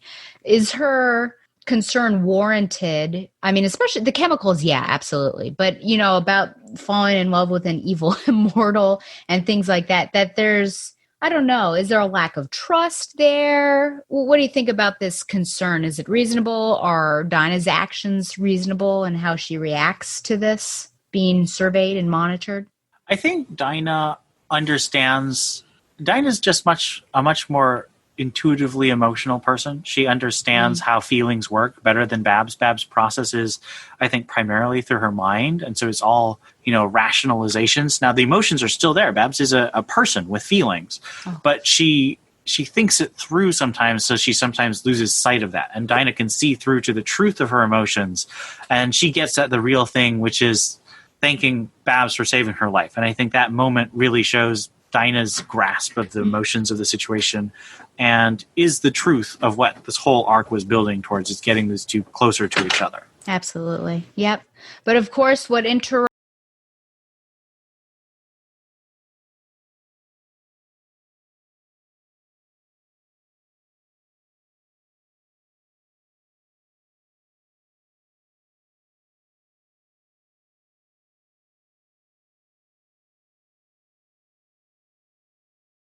And then the ending. So my question, of course, if you were Nightwing, would you be concerned about Barbara's state of mind? I would be extremely concerned, but that's partly because I've read Joker's Last Laugh and I know how it goes. Dum. Yeah, that's going to be something that I'm going to cover in December. So look forward to that, folks.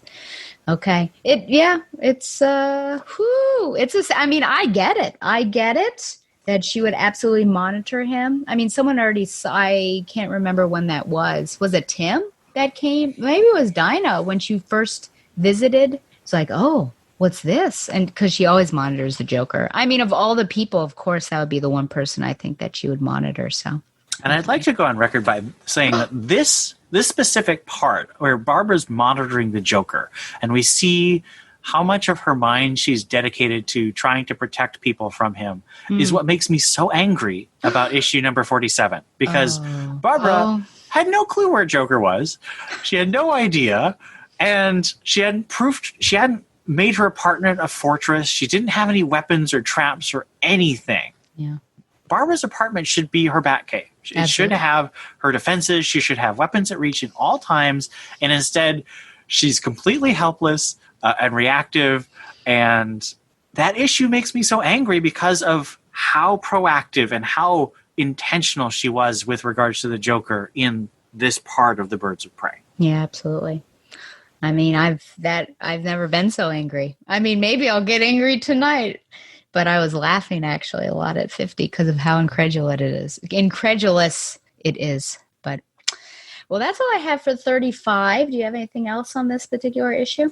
I mean, for me, the issue, if I were continue to read, obviously I talked about, Blue Beetle and Joker's Last Laugh and all that stuff. But for me, the issue really ends with that moment of Babs and Dinah hugging, because that's where we're going. Yeah. There's two things in this arc. Of course, it starts out with this big romance and all that stuff, but that's just a misdirect. The point of this arc is to give Dinah her cry and to get these two characters closer together. Yeah. They're the heart of the series. They're the heart of this arc. And I love it. It is so... A lot of these arcs are a little forgettable in the first part of Birds of Prey. I'm not a huge fan of the time travel stuff. I'm not a big fan of the Fourth World stuff where they're fighting like the new gods and stuff. That's a little weird to me. But Hunt for Oracle, the issue where Babs confronts the Joker with the nuclear plot, and the issue where Dinah has to witness the effects of a civil war in the station, and there's all those people who kill that man who's from the other side. And this arc, those four stories stand out to me from this run of Birds of Prey as really worthwhile stories that I would give to anyone. They're just really well crafted. And this one, because it's this payoff of Dinah getting her cry and Babs and Dinah coming together closer on panel, not off panel land. They come together as friends on panel. I would give this to someone. I really wish they would make a trade of this 5-issue arc, and I could give it to people, because this is classic Birds of Prey that shows why the brand mattered before Harley Quinn. Ooh, before Harley Quinn. I might also be a little bitter about that. Oh, boy. Well, I will say that apparently they become so close that Dinah walks in on Barbara, showering, like she's fine with just chatting with her in the bathroom. So that's how close they get. Out of 10 bad dates, what would you give this whole arc? I give it an 8.5 bad dates out of 10. 8.5 so that's bad dates. Yeah, that's about 4.25 out of 5. I'm used to Dustin doesn't like those. I'm used to out of 5s, so I have to make sure that I'm not giving it too low on the 5 scale. Yeah. I think I would. Let me think about this. I think I give it. I feel like I want to give it like an 8.75 because it's like close to a 9 for me. So I'm going to give it an 8.7. I don't know if I've ever done this. 8.75 out of 10 bad dates. But I agree with you. I think that this is. There are probably other arcs I think that I might mention as well as being classic, but this one certainly is. And I mean, that's what I'm going for is, having this female friendship and developing it. And so now we're finally seeing it. I was waiting for so long. So it's such a tease. You read Hunt for Oracle and then you're waiting like 35 issues. I know, it's so long. It's so long. Okay. Well, I just have one listener email, and it's from Professor Allen himself. Mail time. Mail time. Mail time. Mail time. Mail's here. Here's the mail. It never fails. It makes me want to wag my tail. When it comes, I want to wail. He says, Stella, a few episodes back, you were talking with some other miscellaneous professor guest, and the concept of death of the author came up. There are a few different angles here that often become conflated, and I wanted to comment on that. I am a supporter of the myth of authorial intent idea, which says that the creator of a work is the last person to be consulted in terms of what a work means. Once a work is released into the world, it is up to readers, viewers, etc., to interpret the work and determine what it means to them. What the creator wanted to communicate, how they intended the work to be interpreted, what they intended the work to mean, just doesn't matter. It's not up to them to decide how we should read their work. I fight to keep that notion separate from death of the author in terms of the creator's biography and prior work, which can certainly be valuable information in understanding a creative effort. To me, those are two completely different things, despite the tendency for them to be conflated. And both of those are different from separating art from artist, how a creator's character impacts our opinion of a work, or our choice to consume a particular creator's work. But that's an email for a different day. Keep up the good work, and God bless. Professor Allen, Relatively Geeky Podcast, Dorkness to Light, hair care correspondent, and religion expert. Man, he's given himself so many titles.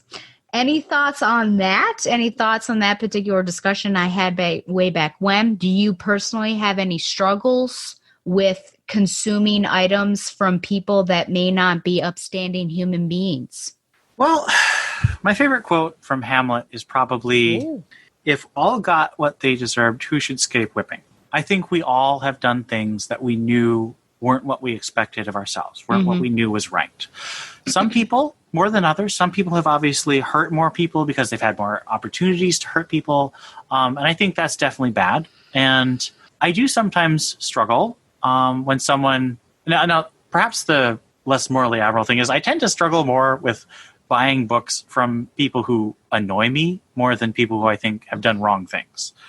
We could go case by case, but I don't really want to get into that because that can get really naughty and distract people from the principle, which I think is really you have to make your own decisions on what you're comfortable with. And I am not a fan of trying to push my own willingness to like or consume something on someone else. And I prefer other people not try to push their own things. I respect their willingness or unwillingness to read or consume something, but I want to make that decision myself because it's my conscience that I have to consult. Mm-hmm. I did want to comment a little bit on the thing he talked about, the myth of the author, because I slightly disagree. I went through a couple English programs, and I think that you do have to strike a balance between the idea that the author said what they had to say in the text, and that's where the text is where their influence should end, and the idea of what used to be called biographical criticism, that a text is only useful insofar as it sheds light on the person of the author. I think both of those are extremes that I don't think are helpful. To me, a text is communication, and once I say something to you, you're interpreting it, and you are interpreting the text, but you're also looking to me for more communication, just as I would look to you for more communication on what you say. And I think that what I like to do with communication from an author about a text that they've created is look to it for light. And insofar as it provides light to understanding the work, accept it. And insofar as it obscures the work, disregard it. Yeah, that's a good word. Yeah, I'm still working through it. And I think I like knowing author biographies or, did something happen that made this person either the way they were or the writing style that they are or why they crafted this particular book. But yeah, I'm still going to have to work through that, certainly. But Alan, I appreciate that email a great deal. I don't think I'm going to say I disagree. I don't disagree or agree. I'm going to have to think on it. But yeah, his other email. I look forward to your other email about the consumption of bad products or consuming products from bad people. I don't know. Okay, guess what, people? We're going to take a break and we're going to steel ourselves. We're going to gird our loins, as they say. When we come back, we're going to review Batgirl 17 from 2001 and Batgirl 50, aka 102, aka 205, the finale from 2020. But first, it is Zaius's Radio Hour featuring Silver Lining by First Aid Kit. So see you guys soon.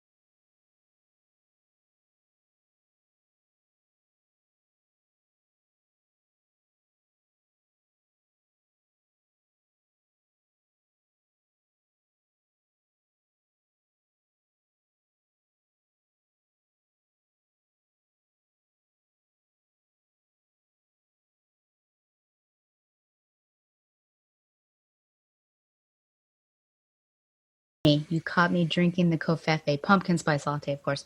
Batgirl 50 has driven us to drinking. Welcome back. This is our part 2, and we are covering 2 Batgirl stories, and one cleanses the palate of the other. Ian, would you prefer to do 50 first or 17? In the interest of chronology and giving us time to really analyze 50, let's go with the 17 first. Okay, so let's do it. So now, this was my job, of course, and I will do a screen share later after I do the recap. So this is Batgirl 17, no subtitle again. August 2001 is the cover date. Writer Kelly Puckett, penciler Damian Scott, inker Robert Campanella, and colorist Digital Chameleon. Batgirl is in an alleyway helping a woman when the punk harassing her gets a hit on Batgirl before she knocks him out. Both Batgirl and a stalker Batman who watches from above contemplate this. Back at her cave, both of them train, and Batman wonders what is up since she got hit. Is she bored? Cass doesn't know. Their discussion is interrupted by Oracle, who says she has found where the video of Cass without her mask is from when the government agents got in her way. So this is way back in 14 and 15. Cass wonders why it actually matters, and Oracle tells her if she steals it and Oracle wipes the files, Cass can go back to the way it was and not stay in the cave all day. Batjerk says this is not a high priority, but Oracle makes it a priority by saying they also have a blood sample, and he's like, maybe we should go. Oracle leads Cass, again without a mask, on a mission, impossible-style mission, and it is a success, of course. Oracle starts to ask her something, but Cass cuts her off and says she's needed in Gotham. Oracle calls Batjerk, who has some major mental issues of his own, sticking his hands in hot coals, and says that she's worried about Batgirl. Batjerk, like any ignorant father does, says she's fine. Oracle explains all the way she's not fine, and it clicks for Batman that it must be Master, the CIA agent, the CIA agent behind the death of the man Batgirl saved in issue 14, whose name was Johnson, I believe. Meanwhile, Cass, now a member of the Morlocks from Marvel, I'll show you that image, ventures to the outdoors via a sewer opening and buys a rose. Batman interrupts her short-lived joy by bringing up Masters and telling her to settle it. At his home, Cass whispers blowback in his ear, and a startled Masters turns around and shoots all 6 of his bullets from his revolver, but he misses. She knocks him out, drops his gun, and looks out over the city. Later, she contacts Oracle, and they meet up, and Oracle knows that just because she took him down, she doesn't feel better. But she approves of this because life is more important than justice. Cass shows her the rose, and Oracle tells her what both the rose and Cass need. Okay, and that was brought to you by Stella. I was actually the person who recapped that, which doesn't often happen because I'm lazy. Okay, you should post it on the wiki. I could, but people would be like, what does BJ mean? It means Batjerk. So I don't know if they would like it as much. Because yours was, objective. Mine is rather biased. Okay, so screen sharing now. So we'll talk about the cover first. So, and I should say that, it's 17. No, you haven't missed something. I did 14 and 15, and yes, I skipped 16. 16 I'm going to cover in episode 200. So that's what's happening here. But I didn't want to ask my guest to cover this when he missed 14 and 15. But I am asking Ian to do the same thing. So thank you, Ian. But what do you think about this particular cover of Batgirl?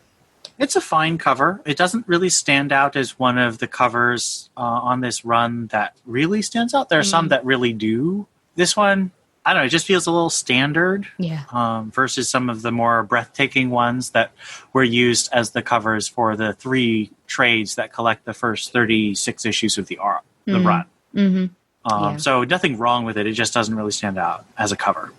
Yeah, people who know my comics history, which probably is just a handful of people, know that when I was growing up, and of course I gravitated, Spider-Man was my guy, and I went to comics shops, I would pick out an issue without knowing anything about it just from its cover. And I will say, like, looking at this, you know, if I were that Stella way back when, I don't know that this would necessarily be what I would choose. And not many people would understand the significance. Like, if you were to just look at 17 and you got this guy smoking a cigar and you have some people, there's a guy with a badge. So, oh, are they dirty cops? What's happening here?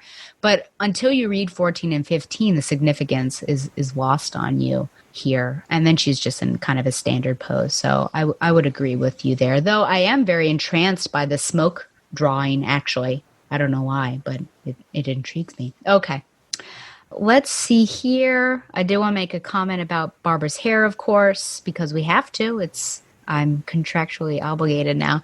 So she has bangs. She's wearing a handkerchief in her hair this time, and it is about shoulder length and not as red as we saw in Birds of Prey. So it's kind of more of an orangish tint here. So there you go, Alan.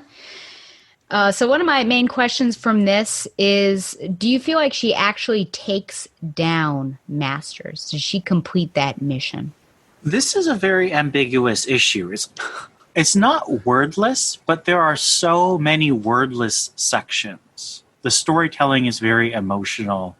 So I don't know if I can say what I think happened literally to Masters. I think it's quite possible that they brought him down. They reported him to the CIA's internal affairs. You know, maybe he's out of a position of authority after this. But I don't know for sure. All we know is that she took her personal power back from him, basically. Yeah, I think literally and metaphorically as well, because, of course, she was able, Oracle erases the drive, she has that video, she destroys the blood, all of that stuff. And then here, I think even if he is still in a position of power, just the fact that she was able to infiltrate where he lives, that she either it's because he's so freaked out that he misses, or it's because we do know that she can dodge some bullets from time to time and knocks him out. I think that's just another thing, like, don't mess with me, that he's not untouchable either. Just like, you know, maybe Johnson felt that at one point, or maybe she did initially, that, yeah, this Masters isn't untouchable either. So in that sense, I guess, yeah, she does take him down, but I think it's not like he's out of it for forever. I kind of imagine him still being in a position of power. But it's interesting. It's just a really interesting scene. I mean, I jumped right towards the end, but I felt like this was the most compelling part. And the fact that she whispers blowback, that's another question I have. What do you feel like the significance of that is? Should she have whispered payback? I don't know. What do you think about this word choice? For me, since this issue is very much focused on justice, I think that the writer, Dame Kelly Puckett, wanted to avoid confusing the issue with vengeance, because this is really about this man's actions, consequences coming back upon him. It's not really about Cass enacting a personal vendetta, I would argue. And so I think that's why the blowback was chosen. I was looking up to see, Googanating, as my friend, can't believe I'm calling him that, Sam Heath said. The unintended adverse results of a political action or situation, or, of course, a process in which gases expand or travel in a direction opposite to the usual one through escape of pressure or delayed combustion, which I certainly get that. Like, this is also what he has wrought almost. Like, you brought this on yourself because of what you did to Johnson, so I can also see that as well. But I totally get the vengeance versus justice situation.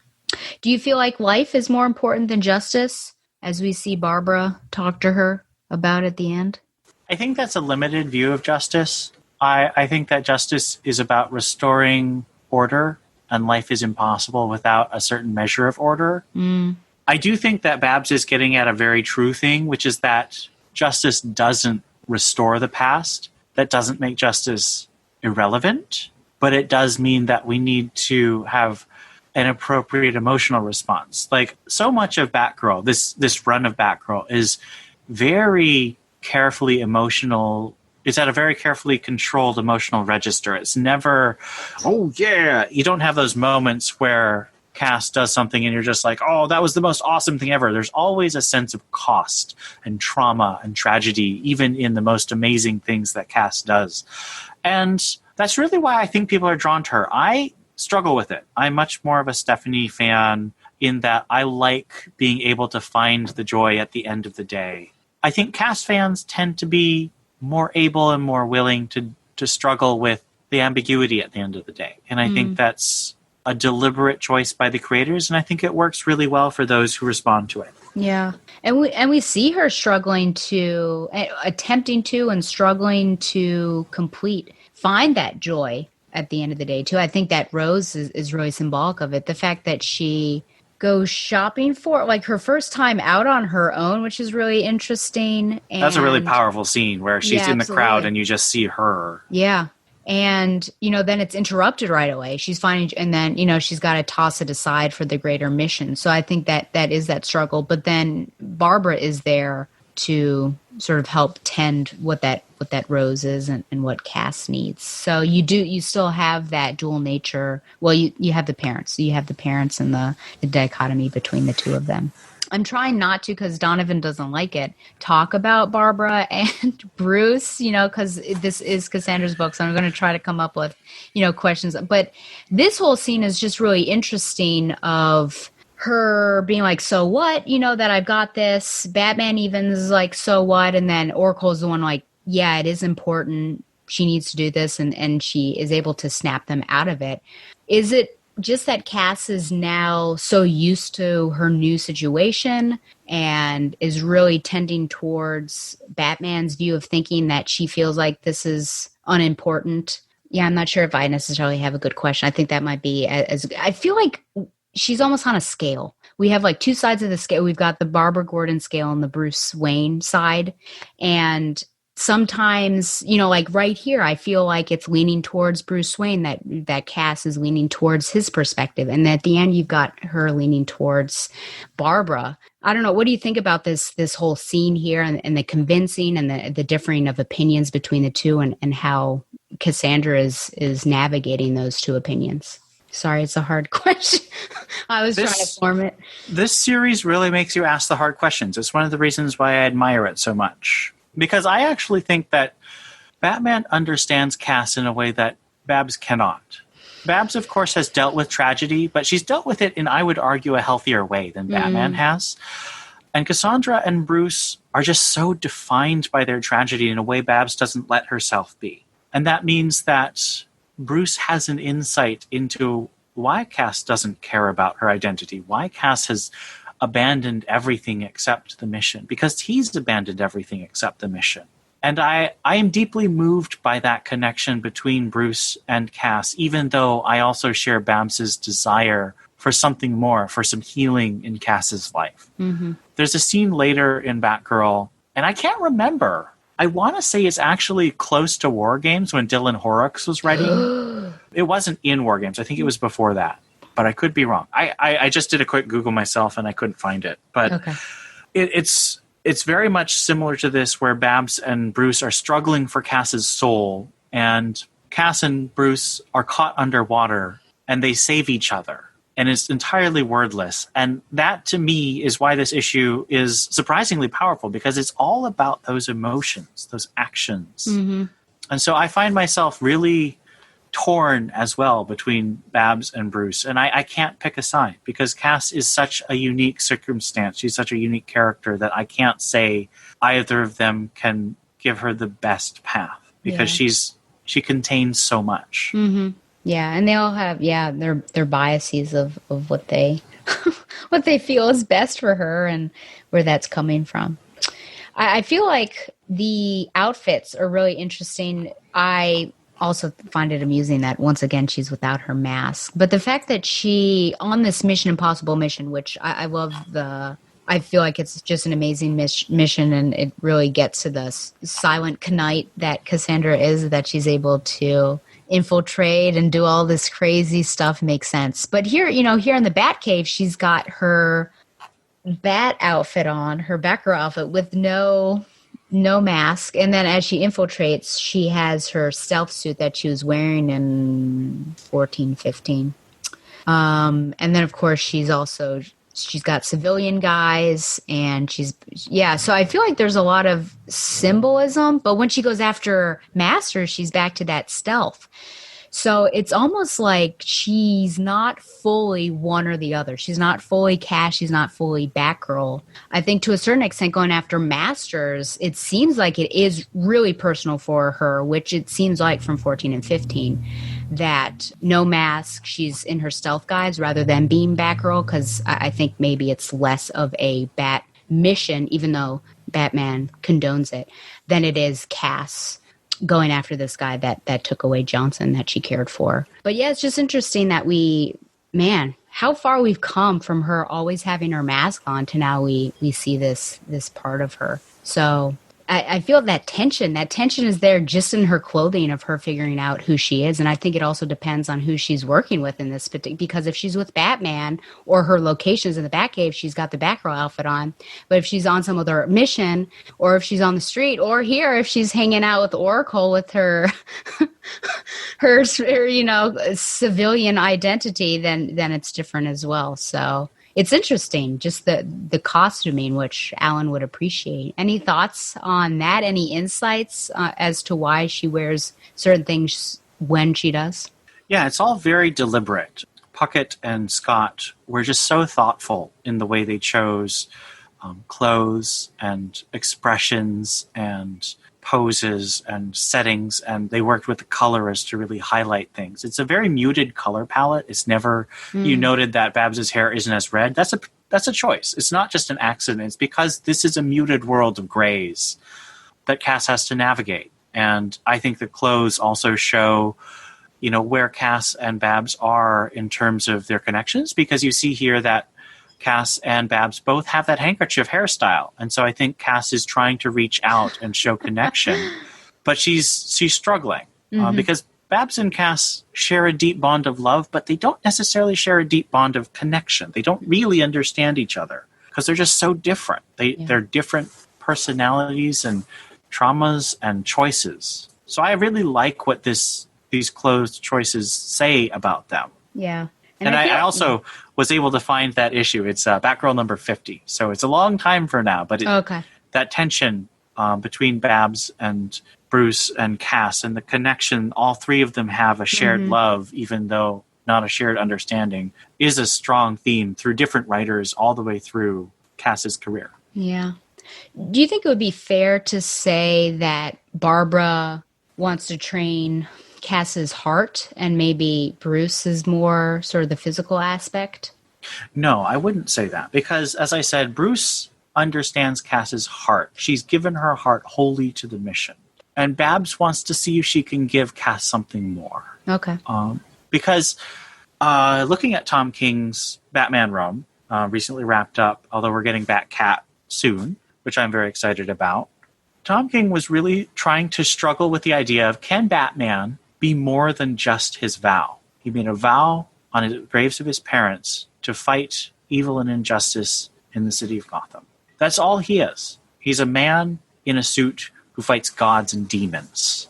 And Cass understands that in a way none of the other Bat people do. The other Bat people fight for hope. They fight to stop their parents. They fight because they need to help. Like, that's Tim Drake. Batman needs a Robin. He really wants to help Batman. Batman fights because he has to. Cass fights because she has to. And I think that is their hearts, and that connection is true. And Babs wants something more, because it's such a narrow life. It's such a traumatic life and a dark life. And Babs has hope, and she wants to share that hope. But you can't make someone have hope. You have to offer it and hope they take it. Mm-hmm. What about Barbara reaching the Cassandra Cain and Batman reaching the Batgirl? I think that's very true. Okay.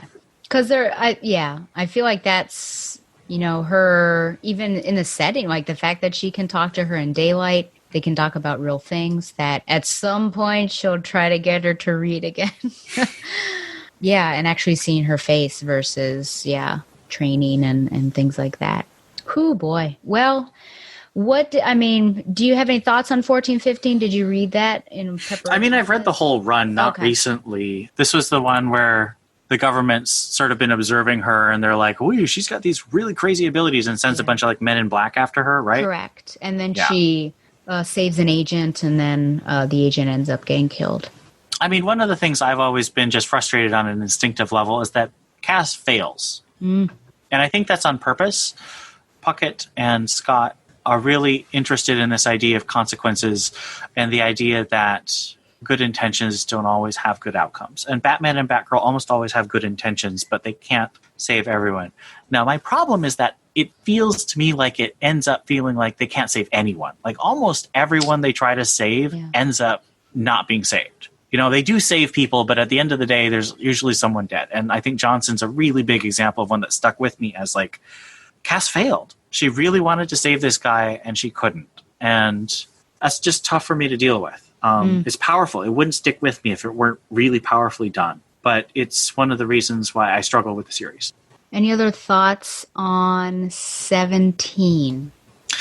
Damian Scott is such an interesting artist. So much of this issue is his art. Of course, Puckett did so much good work on the writing. It's very carefully done, but he lets Scott tell the story. So much of that relationship between Babs and Cass isn't just in the words that Babs is saying, but it's in the little looks. Like Cass is looking this way and looking that way, and that tells so much.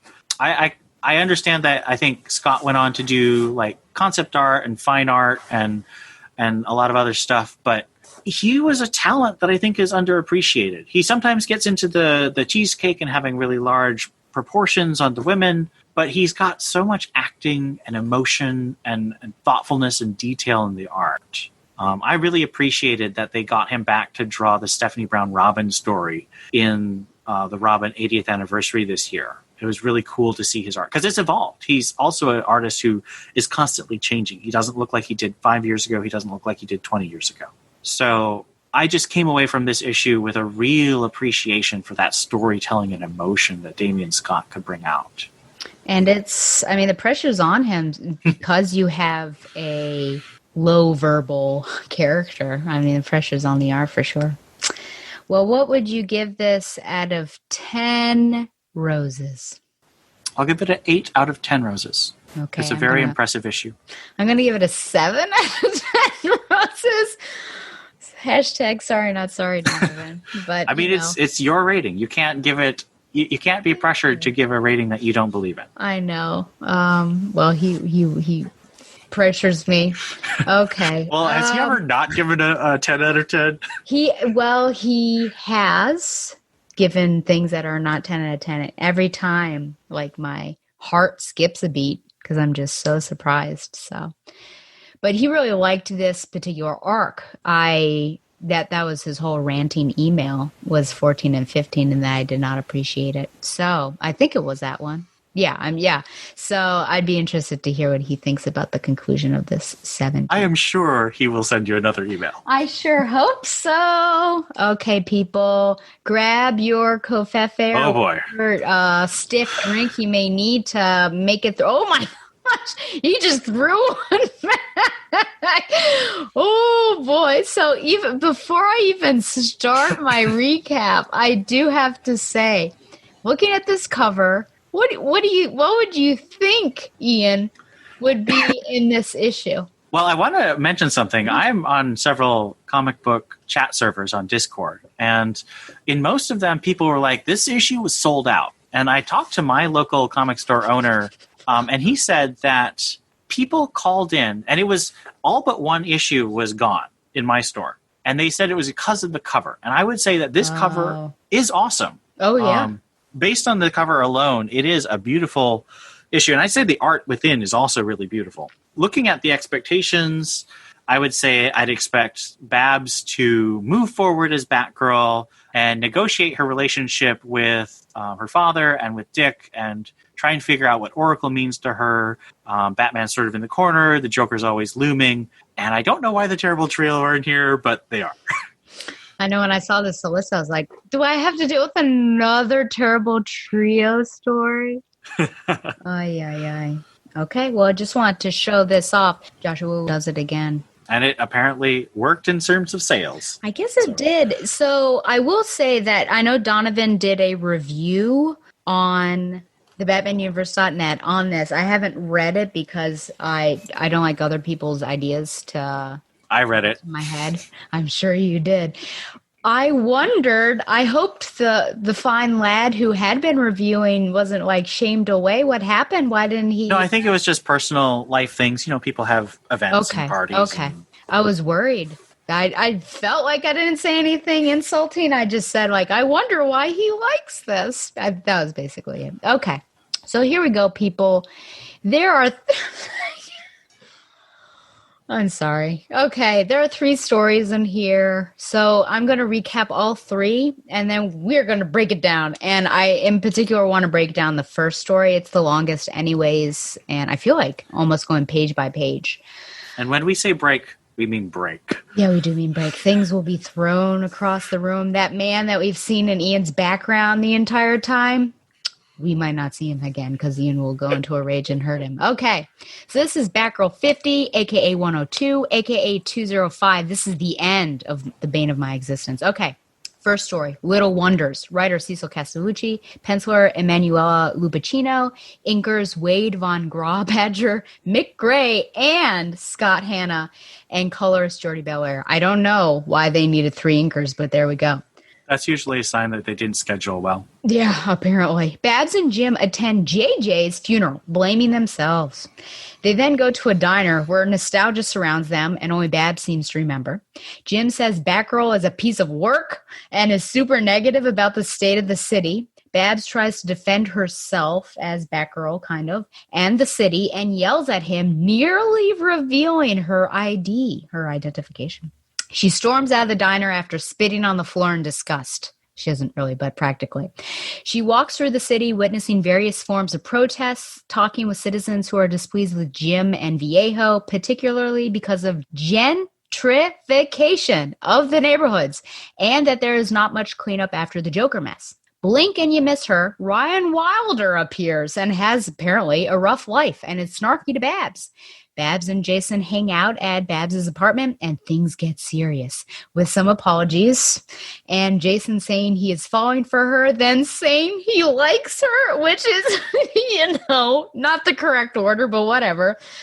Babs interrupts this intimate moment, once again, considering revealing her secret to Jason when she's called to the Batcave, there we go, where Batman updates them as to their finances and how things will change.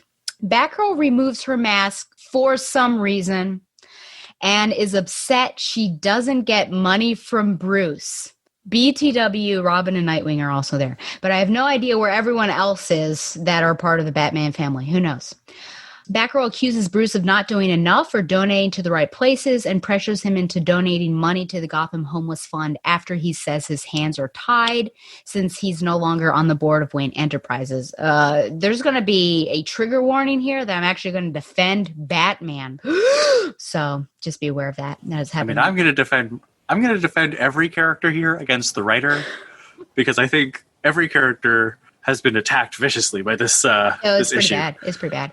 As Batgirl leaves, Nightwing tries to talk to her, and she spins circles around him on her bike as if she's filming a scene from Akira while being a jerk. She's a jerk, I'm telling you. We later see her being a hypocrite. I will point you to that page. And also see various scenes of Batgirl/Babs on the street helping out various situations and various people. At home, she contemplates actively changing for Jason and the city. Before a date with him, she visits him as Batgirl and apologizes for throwing him off a roof. They mend fences finally, because it's been the 3rd time that this has happened, and hopefully for the last time. She then reappears as Barbara at Jason's apartment, and they make a go at a serious relationship. Later, at Congresswoman Alejo's office, Babs convinces Viejo to get back to the heart of what her campaign was for and not go to a fundraiser for the police. A rock through the window and her constituents help convince her. There is a march, and while Jason is nervous about security, Babs says he's there, he is a security. Jim appears in a tux, probably on the way to the dinner, and tries to convince Babs to leave, but she actually convinces him to get back to the positive character that we know him to be, and he joins the march. That was easy. On the final page, we see Batgirl vow to use all her skills, no matter the guise, to help Gotham. Next. I'll just scroll past all my notes. The next story is Stay Centered, writer Cecil Castellucci and artist Marguerite Sauvage. Babs considers her routines while also contemplating her changing character depending on the situational needs. So if you were a fan of the Enneagram, she would probably be a 3.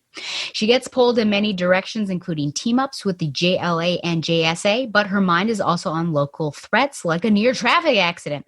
She sees somebody throwing up a tag of a radioactive COVID microbe and looks it up, discovering it is a computer virus that is spreading throughout the city. She then goes several places throughout the city, as well as helping the JLA and JSA again, until she puts her full focus on her own story. She points her finger at V. Ross somehow. I feel like a page was missing in my book. I don't know. As the source, then goes to a free clinic that Viejo voted to shut down. That doesn't make sense. And fights Ross, who is now in a COVID costume. Batgirl is the antivirus to this nameless foe, and she is happy to have her own rogues gallery, finally. And she will stay in her own story. Look at that poor guy. Look at that poor guy. I will say a clever thing that maybe Cecil did, I don't know, is that story was actually one little panel in the previous story when we see a little the vignette of her doing stuff. So that was kind of cool. The final one is Game Night, Dungeon Master. It's called Game Night. The Dungeon Master was Cecil Castellucci. The bardic illustrations were done by Anike. And the Paint Master was Trish Mulvihill. This is the shortest synopsis I ever wrote. A Dungeons and Dragons session with Babs as Game Master and Helena, Cassandra, Stephanie, and Dinah transitions to a real-life mission saving trafficked kids, like human trafficking, like modern-day slavery, basically. Oracle runs the mission and encourages the team to think outside the box as they work together, using what they were doing in the D&D session, basically. And after a successful mission, they return to the clock tower and hang out. Oh, Ian. Oh, no. Okay, so I think what we're going to do is... Okay, so we're definitely going to focus on this first story. I feel like we can go page by page. Now, I want to say, people, that it was terrible. It was a terrible issue, but there are a couple bright spots that I do want to talk about. So even though it will mostly be negative on my part, there are going to be some positive things that I will bring forward to the show. I don't know if that's true for Ian. Ian, do you have any positive remarks? The art was pretty. Okay. Yeah, certainly. I think the art is definitely one of the big draws for me here in every story. In particular, the first 2 stories, to be honest, and especially Savage's art, who was the artist, or I don't know if it's still going, but Bombshell, she was the artist there. So when I saw it, I was like, oh man, this is amazing. Unfortunately, the content does not fit the art, which is a big bummer. And I will also say that there are glimmers of the true Barbara Gordon Batgirl that pop through here. But we have to examine whether we can accept them, if they're acceptable in a vacuum of like just looking at this moment, or do we have to, oh, well, that's true, but does that work with everything else? So I just want to say that those are my positive things. So I'll be sure to point it out. Okay, so let's do this thing. Of course, we're screen sharing so you can see, and I'm going to try to be better about describing things to listeners because I feel like I don't do a good job about that. But, we're going to go page by page to a certain extent. Okay, so the graveyard scene, I don't know. My stuff starts really at that diner, but here we are with them blaming each other. No one else is at this funeral, I would like to say. Jason apologizes. Dick Grayson should be here. If you've read The Black Mirror, you know that Dick Grayson should be here. Yeah. And this is unacceptable. And Jason, I don't know. I know he makes excuses. I can't remember what his excuse was. He does apologize, but I just feel like some support system. But I guess maybe Castellucci just wanted it to be intimate to have these 2. But just the fact that, like, oh my gosh, That's just implausible writing, though. If you want it to be intimate, then start it at the diner. Yeah. I would not like that, though. That was a terrible scene. I'm not saying it's good. I'm just saying if that's the effect you want to achieve, start at the diner. Don't make it an implausibly only 2 people at a funeral when we know for certain that other characters should be there. Oh, man. The issue, of many. But, he's mourning and he really seems broken up about it. But the fact that he called his son a monster to his face a couple issues prior is just it's really interesting to see what this, and then who can blame each other more, and then not really empathy there. It's just really, it's like these two strangers. It's not Jim and Babs, which is of course the issue, but I can't necessarily blame Castellucci for that, because I mean she's just extrapolating what has been there before. Like this whole schism between the two and the tension had already been fueled. I mean, at least Margaret Scott. I don't know if before that, but gone are the days when they were really close. Hope Larson basically just ignored Commissioner Gordon, which I thought was just as dumb. Yeah. Okay. I'm going to move. Oh my gosh. So here we go. This is pretty terrible. So I think one of my biggest issues is, besides the tension, is how Jim is portrayed here. And I think you're going to have to enlighten me, because I've only been reading Batgirl, so I don't know necessarily the stuff that because he was drinking before we saw that sort of issue. So it seems like he's messed up. But he's so negative. Like there's no hope at all in the city, and it just seems really different, radically different from the Jim that I've known for the longest. And I mean, the Batgirl one, I guess that's just in line with what's been happening. But I really focus on the city and him just like, this city can't be saved. Is there anything that you can illuminate for people who haven't been reading the other Bat Universe titles of like, does this make sense that he is this negative? In a way. Are you familiar with the metal event that's going on right now? I'm aware of it, but I couldn't tell you anything of what's going on. So the big villain in Metal is the Batman Who Laughs, and he's Batman who's fused with the Joker, and I personally really dislike him. But the Batman Who Laughs infected 6 characters with evil, and Jim was one of them. Okay. This was about 2 years ago. And so Jim went crazy and tried to blow up Gotham in a one-shot called The Commissioner. And so he's still shaking that off. He's Actually, I don't know what his status is, because Harvey Bullock's commissioner over in the Batman title, but he seems to be moving his way back towards being commissioner in this book. So I don't really know what's happening there. But I mean, he's definitely coming from a place where he's been taken over by an evil entity or an evil version of himself, and he's shaking that off. So there is an argument to be made for him being this negative. I think the choice to make him infected was a bad one. It wasn't Castellucci's, that's for sure. But Jim Gordon should be a man who stands for integrity. He's not perfect. Like, one of my things that I love about him is that he has feet of clay. He did cheat on his wife with Stara in year 1. And he doesn't always see, he wants to be overprotective of Barbara. In Batgirl year 1, he doesn't want her to be a cop, so he sort of overlooks her potential that way. So he's not perfect, but he's a man of integrity. And he's a man who works hard to make the world a better place. And I feel like he doesn't do that at all in this issue until the very end. And even that was just so poorly written that I didn't buy it. Yeah.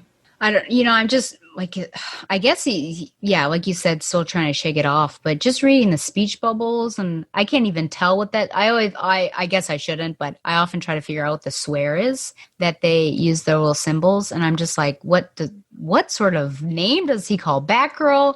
Or, what is he, I don't know. It's just kind of rough. And more police in the streets to combat the mayhem, which I'll talk about sort of real world political issues, because I have a question about that. But oy, oy, oy. And then, she's had enough. She's had enough, tells him to shut up. Oy, oy, oy. And he's pretty, I don't want to say hateful, but man. So, Babs, are you okay? You have no idea the lengths that I've gone to protect you. So she's really close to revealing it. And then it's like sardonic, like the biting type of humor. They're pushing papers for a congresswoman. Kind of couldn't believe that. So just not a good... Well, I mean, the thing is that from Jim's perspective, what has she done? She's a low-level, unpaid intern for a congresswoman. Should have been fired multiple times. What could she have done to protect him in that position? Yeah. Like, it's just, this situation is absurd. It's so frustrating. So there are 2 times that she could have revealed her identity, and she doesn't. I mean, what does it say that I'm skipping ahead here, but it seems like she's actually closer to revealing her identity as Batgirl to Jason than she is here. Why not pull the trigger? What does it say in my perspective? What does it say that she might be closer to revealing it to Jason? She doesn't, but it seems like she's more eager to do that, to be queen, than her own father. I mean, doesn't that show the lengths, well, really the depths that this relationship has fallen? It does. And I think that's largely because Castellucci spent a lot more time developing Jason's relationship with Barbara in these 14 issues. I mean, James only really showed up in the last 4 issues. And also, and again, that's not entirely her fault. I mean, I have plenty of things that I think Castellucci is responsible for, but James being infected wasn't her fault, and that's why he wasn't in this title for so long, because he was infected. But it's not satisfying. It's not satisfying at all. Yeah. So she does storm out, just leaves him. It seems like he's making the call me sign in the window there, as if oh, it'll be okay, just call me. Do you have any other thoughts on the diner scene as I move on to this and ask a political question? I think it's clear that editorial won't let Batgirl reveal her identity. I think if that's the case, they need to stop letting writers play with the idea. Because if you're not going to do it, there is no point in bringing it up. It doesn't make anyone happy. And well, we'll get to it, but that whole mask, taking her mask off, I mean, what is... I don't know. I guess she has the freedom to do it in front of the Bat family, but not her own father. It's a far cry. That scene is its own kettle of fish. Oh, yeah, we're going to have so much to say about that one. Folks. He said it. It's a fine kettle of fish. Yes, no, we're gonna parse that little puppy. But what was I gonna say? I lost it. It's probably you were gonna ask their political question, right? I was gonna. Oh, before the political question, I was just gonna say this is a far cry from one of my favorite issues in the Burnside run, where she teams up with Jim when Jim was Batman. That was one of my and I was just thinking about that. Even if this is a James Gordon who's recovering from being infected, he knows Batgirl. He knows that Batgirl's a hero. He knows that Batgirl cares about him personally. Mm-hmm. This is so false. This conflict is so false. Yeah. And he appears to have forgotten when he did this very same thing in New 52. So... yeah, short-term memory. Yep. Yeah, so my political question is, I'm looking at these scenes here. I'm looking at, of course, what he was talking about, almost like a martial law state. And then, of course, we get to, now it doesn't say defund the police, but, she's saying don't go to these $1,000 plate or something like that, fundraiser for the police. But we're tearing down a statue. I don't know who that is. Maybe it's a Gotham founder. But because I live in Virginia and... I'm sure there are other states, but Richmond, Charlottesville. Of course, we've got the controversy. I live in Minneapolis, so I'm very aware of what's going on. Yeah, so the controversy of the Confederate statues and pulling them down. So I'm kind of seeing that. I'm seeing this here with protesting, and then it seems like there are a lot of people of color in this particular issue. Do you feel like she's, I don't know, Castellucci, is she kind of skirting some real world political issues? She's trying to, but I think that's worse because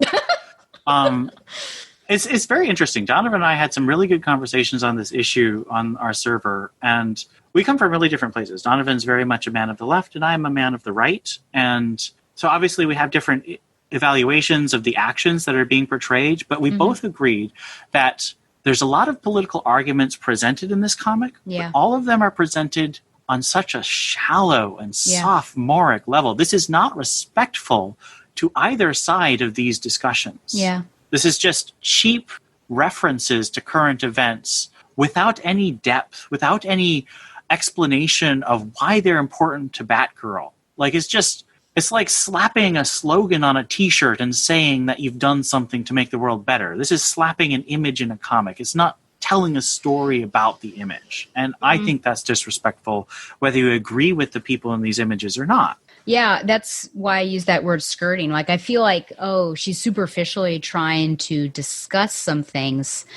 And Barbara Gordon, I think, is certainly a woman of the people. She's a woman of the people. Way back when she had her social services job with research and development. So this fits with her, but for her just to like walk down the street and like, I'm gonna join in on this, there's got to be more forethought to it. And then I get a bit of a whiplash because it seems like there's some positive, like, let's go for, I don't know, protesting and everything, it positive for change. And then whatever that statue is doing, I can't tell, but the people are masked. So that's a bit iffy. But then we switch and you're showing people throwing rocks through windows and the word mob being used. I don't know if thug was used, but it's just interesting that she might be superficial and sophomoric about it, but I also think that she's not necessarily picking a side. She's like dancing over both of them. I'd say that's fair. I think she is trying to present more than one side, but I think that the shallowness really hurts whatever she's trying to do. Yeah. And honestly, do you really feel like Batgirl 50 is the time to bring this stuff in? No. Yeah, it should have been around for a while. And again, there are glimmers in this, but the fact that this is the last issue, it's like maybe she could do whatever she could, but we should have been seeing this Barbara Gordon longer and then, delving into things. Okay, moving on, I think. I'm going to get to the blink. Okay, what's all about this? So I found out that this lady was going to be in it, Ryan Wilder. And I had questions because, number one, where's Kate Kane? That's my first question. Number two, who is this and why should I care? Number three, is this a 60s flashback situation where we're trying to have her in the comics and on TV? And number four, who's the intended audience? Because not everyone who watches the show is going to read and vice versa. I felt like this was, if I hadn't known the significance of Ryan Wilder, I would have been like, who the devil is this and why do I care? I'm still kind of like, why do I care? But this was, I don't know, street urchin. She's got a bad attitude. Do you have any thoughts on this? This is rather interesting. I think that this is cynical and sloppy marketing. I actually would argue that you can probably see that this was a couple pages that were thrown in later because it doesn't connect to anything before or after. So I think this could be why they have extra inkers, because they're just like, draw these extra pages and they got a different inker for it. It's just pointless. And I don't think it even worked because, as I said, when I talked to the people at my store, they said everyone was talking about the cover. The cover is the best marketing because Josh Middleton has such a good reputation and it is a gorgeous cover. Yeah. So this was marketing gone awry, and I think it's very unsatisfying. Yeah. Like, I don't know anything about Ryan Wilder that I didn't before. Like, I know that she's a black woman. I know that she is connected to the color red. Other than that, I have no information about her character. So it doesn't educate me more on who she is or what she will be in the show. So I think it's very bad marketing. And I will say, number 5, Batgirl is not Batwoman. They shouldn't be equated. So I don't know why you would throw in a little prompt for Batwoman either. Kind of makes me angry. Okay, moving on from Ryan Wilder. We've got this scene. I don't know do I have anything in this? Some things did not make me as angry as others. I was just kind of reading. Do you have any thoughts on this dinner scene? We're going there again. So many personal conversations that we've had, but we've never gotten past it. So here's yet another one. I think this was very poorly structured. Babs basically comes to a decision point in this scene and then appears as Batgirl and has her apology scene and then goes back as Barbara and has her romantic scene. And I'm just like, that's inefficient writing. Yeah. And I nothing in this scene really convinced me more that Babs was at a place or Jason was at a place where they could have the Batgirl reconciliation scene. I think that you could have just gone to the Batgirl reconciliation scene and then gone to the romance scene between Babs and Jason without this extra scene. I just think it's inefficient. It's pretty. I love Emanuela Lupacchino's art. It is gorgeous, but it's in service of just such an inefficiently written story. Yeah. It's hard for me also just to reconcile this Jason with, the Batman and Robin Jason. And I guess I should just sort of pull from my Christian life and be like, well, everyone, deserves redemption. And here he is. He's been given a chance and we should give him some grace and everything, which I guess I'm just reading this narration box. He really has been there for me and for Gotham. I'm thinking, what has he done for Gotham? I mean, he has been trying to protect Alejo. Yeah. And I think we're supposed to see that as him seeking to, because his whole thing was he was manipulating the political system in Batman Eternal so that he would become commissioner and institute martial law and all that stuff. But now he's trying to do that democratically through helping Alejo and protecting her from people like who he was. And so I can see the argument. I just don't think it's been executed super well. In this run, I think Margaret Scott did a better job of redeeming Jason because I can't remember if Margaret Scott was interested in Babs and Jason having a romantic relationship, but she was interested in sort of trying to redeem Jason. She made him a hard character. He was a harsh and he had a dark perspective and he did kill that one villain. Yeah. But Cormorant? Yeah. But he was acting in a way to protect a politician. He was acting... I think that there was a sense that he had made a choice to be a better person than he was in Batman Eternal. And so I appreciated that. I think they focused too much on the romance and not enough on him, being a better person in Castellucci's run. And that's hurting the scene. Yeah. Man, apologies. So many apologies in this issue. It's very interesting. Okay. And I would like to say... Yeah. That for all my criticism of the writing, I think that Batgirl's apology to Jason and Jason's apology to Babs were well done. I think those were good writing. I don't criticize those, and I actually will praise those. I think those were good scenes. Okay. Great, Scott. So this is rather interesting. So while I do wonder where the rest of the Bat family is, I can understand that we've got these, I guess, quote unquote, core members here.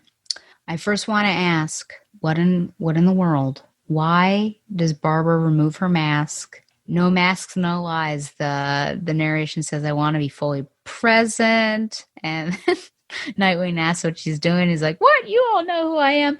Is this a bit weird? Is this just me? No, it's not just you. Everyone's written entirely out of character. It's so stupid.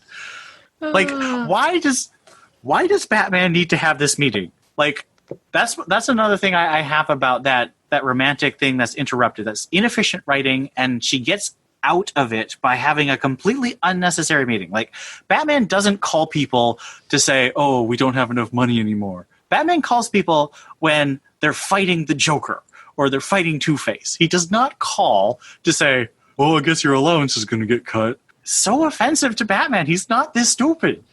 Yeah. So, I'm going to trigger warning. I'm going to defend Batman. But I will say that it's funny you called this a meeting, which it is. And then it was unnecessary.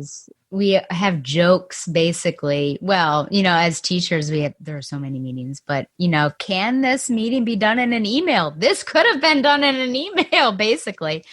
But I actually find it, I don't know if offensive is the word. I use that so many times during my recap of 47, that she's offended that she's not getting money because the Barbara Gordon Batgirl I know would not want an allowance from him. She would be making it on her own. She did make it on her own with Gordon Clean Energy. So I found that really interesting that she swears about that. And no, I agree. I think that's incredibly offensive on so many levels. Because, okay, Tim's a minor. He can't get a job. So someone has to look after him financially, even if he is the superhero. Yeah. And Dick is Bruce's son. There is nothing wrong with him wanting to provide for his children. And I also agree. Babs is an independent woman. Now, I think this would have been better written if Babs had said, in her internal monologue or something, Bruce offered me a stipend. I chose not to take it because I thought that I could make it on my own. Or, Babs could just say, I also am funded for my vigilante activities only. Like, there are so many better ways to write this scene. Yeah. But instead she makes Batman look like a thoughtless jerk. Yeah. Tim and Dick look like lazy loafers when Tim is a minor. I must stress this. He is not someone who can pay for his own stuff because he can't get a job. And Dick is Bruce's son. It is not wrong for him. Yeah. This whole scene is so bad. I mean, it's basically portraying everyone like they're, I don't know, sexist, basically, that I'm not giving you the girl money. So that's kind of interesting. So then with Batman, so this is when I'll defend him. Couldn't you even say that is more sexist if a man pays for a woman? Like, well, I mean, if you were giving it equally to all of them. No, I would agree with that. But it's just, I don't think Bruce would do this. And I don't think that Babs would have this reaction. Oh, no. I agree.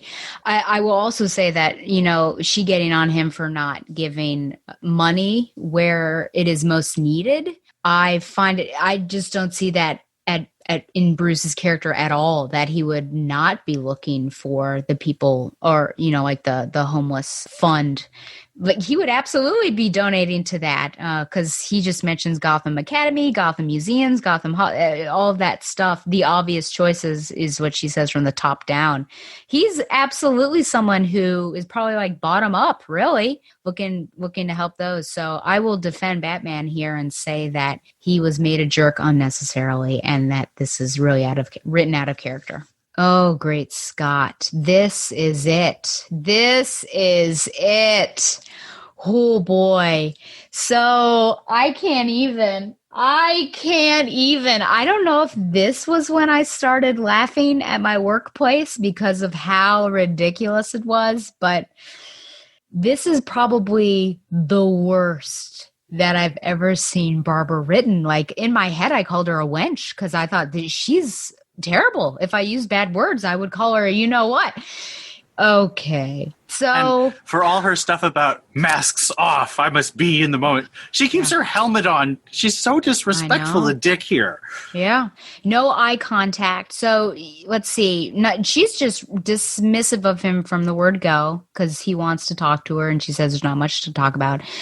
He's trying to explain everything. And, I think I should get a pass. She says, for fighting me in a cage, for blaming me about the hospital, for forgetting me. And then he's like, that was the Joker. You know that. So for someone who's gone through trauma herself and also has had, some bad moments and people have forgiven her, should she not be more empathetic and understanding of his plight? And Dick Grayson, of all people, with whom she's got an extremely intimate relationship, whether it's romantic or not. And then what is she doing? Spinning around on her motorcycle. I've never seen Barbara Gordon act as much of a jerk as I have here. I don't I don't know if it's worse than I've ever seen Batman, but it's just really bad. And then she throws B, is that her name? B in his face of, oh my. And then the worst line though, people, is do the work, earn my friendship again. That's the worst. Man, forgive him. See, there's no grace. There's no grace in this issue is one of the biggest stuff. Yeah, let's keep it strictly professional. This is the worst I have ever seen Barbara Gordon written. The worst person that I would not want to associate with. I would not want to read this. Oh, someone's coming upstairs. What do you think about this particular? Well, I 100% agree with everything you just said. Babs is so poorly characterized. And I also want to highlight that line where Dick was like, oh, I think I should get a pass for this. Like, that is writing Dick to be as unsympathetic as possible. That is such a clumsy and ugly line for him to say. Like, the Dick Grayson I know would be apologetic, even though it wasn't his fault. And the Barbara Gordon I know would be like, we come from a shared place of trauma. If she needed time, she'd say, I need time, but you weren't yourself. Like, she would know. This is beyond a lack of understanding of these characters. This scene is pointless. What point does it serve other than to show that Babs and Dick aren't going to be together? Maybe that's the point. They wanted to hammer home that Jason and Babs are right for each other, so Dick is a clueless idiot and Barbara is a cruel wench. Like, It makes both of them look terrible and so unnecessarily. Yeah. And then what makes it worse is that the very next page, we see her thoughts. And what does she say here? My little zoom is in the way here. I want to help Gotham in all the ways I can. And in order to really help, one has to really listen. ways that go beyond defeating villains and using my fists, helping with mental health issues with compassion. So the very next page, she's hypocritical to what, she had. I mean, that's what we want her to say. We want that Barbara Gordon, but that's certainly the far cry from what we had seen before. So very bizarre. I will say, so this is one of my small glimmers. Seeing her here, street level, helping people out. No need is too small, as she herself says. That's absolutely the type of Barbara Gordon Batgirl that I think I would like to see, that I know I would like to see. And I'll get back to I want that overall, like the void. Can we just look at this and be like, oh, that's it? Or are we just looking at it in a void? But we see all sorts of, what we see her on different missions. We got some clowns. I don't know if they're affiliated with the Joker or not. She is working with the support group, which I had a ding dong moment where I remembered when Gail Simone came on New 52, we found out that is it a PhD or some degree in forensic psychology? Do you remember this? This was like added to it. I don't remember if it was a PhD or like she was working on it. But then I thought, oh, wow, we're back to that. She's beating people up. She's helping the little person. She's doing some self-defense classes. Here at this bottom right-hand corner, the COVID costume, that's like I said, that story is extrapolated in the next story, right? Helping the GCPD with security. Like that's absolutely. I mean, do you agree or disagree with that looking at this, we're getting to the essence of Barbara Gordon Batgirl, this vignette. And the frustrating thing is, this whole series could have been like The Run. Instead of going into a weird alternate dimension and fighting a dragon and having a horrible killing joke retelling, we could have had an issue about Babs starting a self-defense clinic. Mm-hmm. We have an issue about, I'm not a fan of the Vi Ross story, but that could have been its own issue, and it would probably have been better than the alternate dimension story. Yeah. Babs doing tech support for the GCPD, that could have been an issue too. Like, all of this could have been The Run, but instead it's a montage, and we got a run where Babs is reactive and consistently incompetent. Yeah. I just remembered that at the end of 49, didn't she quit? Yes, she did, but this issue makes no reference to it, so I completely forgot. Okay. That's why, I was bringing it up. It's as if she never quit. Okay. This just gets to this particular scene here. I too think that it is well done. I think it's well choreographed. I think, for once it is pretty authentic and getting to the heart of these particular characters.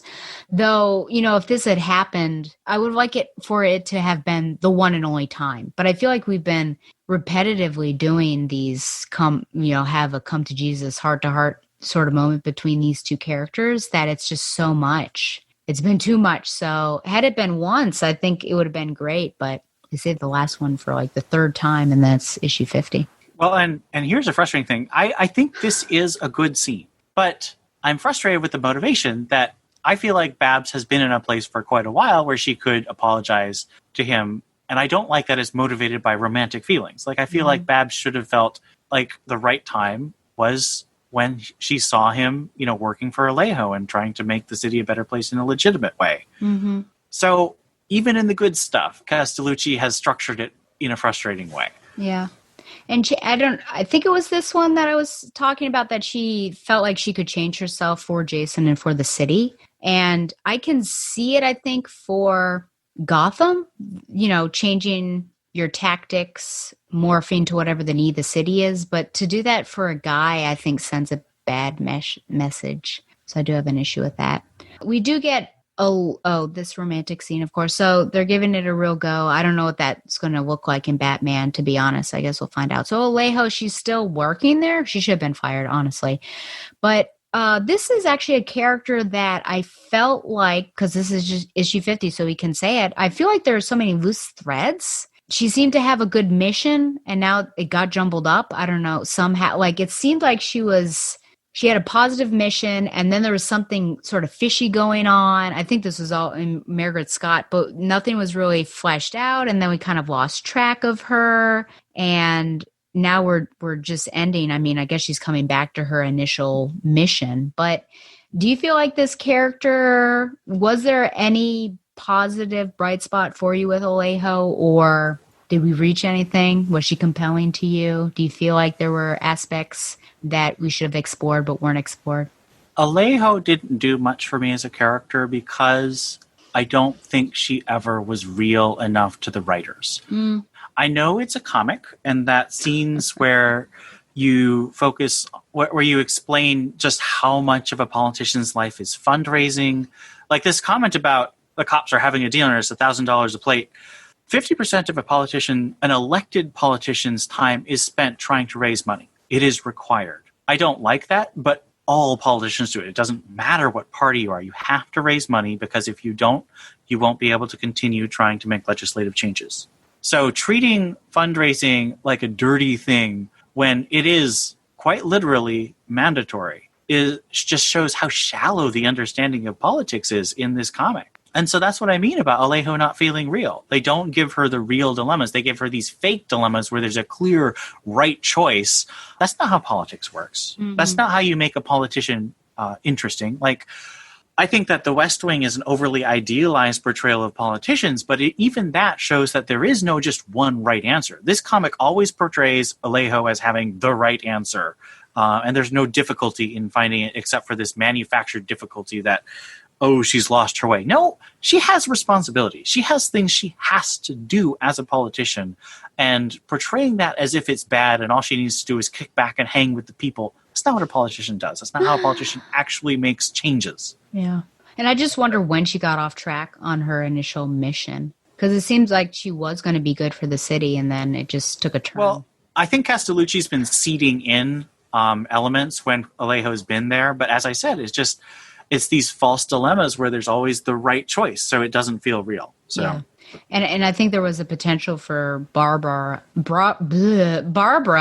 to step into that congressional seat. I feel like, I mean, I don't know, maybe it was not allowed, but there were opportunities to be sure. But it's just interesting to see her on the sidelines, not doing much. I mean, she was technically supposed to be kind of the social media advocate, which is interesting. And I will say that, well, I guess I'll wait till the next issue, but there's something weird that was written that didn't seem in line with Alejo at all. But the rock through the window, look at all that. Okay, so I would say with this, it's very interesting. Man, how easy was it for Jim to turn around?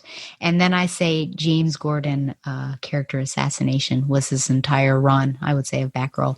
But yeah, like seriously, James hates black tie things. He's a man who knows the streets, he knows the people. Anyone who's really read the classic stories, you know, the Chuck Dixon runs of Detective Comics and GCPD in the 90s, and then Greg Rucka's work with James Gordon in, you know, New Gotham. He's a man of great compassion, great empathy, and he understands. And he's also just not a fussy guy. So this idea that he's like, I'm a man, I'm the establishment, that's not Jim. That's not who he is. Mobs are dangerous. They can turn when you least expect it. You're on the wrong side, Barbara. This was all, kind of political. I was reading it like that, current events, basically. But she's able to convince him, you know, you have the experience that our side needs. I need Jonastad. And then he actually does. He does, even though I think it's interesting, Alejo is welcoming because I think they had a poor relationship. So that's an interesting change. But do you feel like this... Oh, it makes sense. Yeah, of course it would take just a couple words and he would join that side. Well, it doesn't even deal with the central conflict of James thinking that Batgirl killed his son. Like, it's so shallowly resolved. Nothing of substance is dealt with. I mean, to be honest, this story, I think, is several short little stories put together. Short scenes that don't really transition from one to the other. But we get to this. This is my last glimmer moment. Let's see here. My idea of this is the last page. My idea of how to be there for Gotham has grown over the years. And one day my implant won't work anymore or I'll grow old. And I'm figuring out a way to use all my skills to truly help in a meaningful way. But no matter what the future brings, in any of my guises, I know I will always be of service. I've always known that being a hero doesn't always mean wearing a mask. Gotham, come what may, I'm always yours. That right there, for me, is pitch perfect Barbara Gordon Batgirl. Agree or disagree? I think so. It reminds me of that moment in the Benson's run on Batgirl and the Birds of Prey where she, there's that scene of I'm Oracle, I'm Batgirl, I'm both. Mm-hmm. Like, I think that's decent Barbara writing. I just think it doesn't connect to the Barbara she actually wrote. No, it doesn't. I mean, the fact that it's, the final page of the first story of the last issue is a problem. But, when I read this, I'm looking at being a congresswoman, losing that congressional seat. Well, I'm not just going to sit here and wallow. I'm going to work, with social services department. I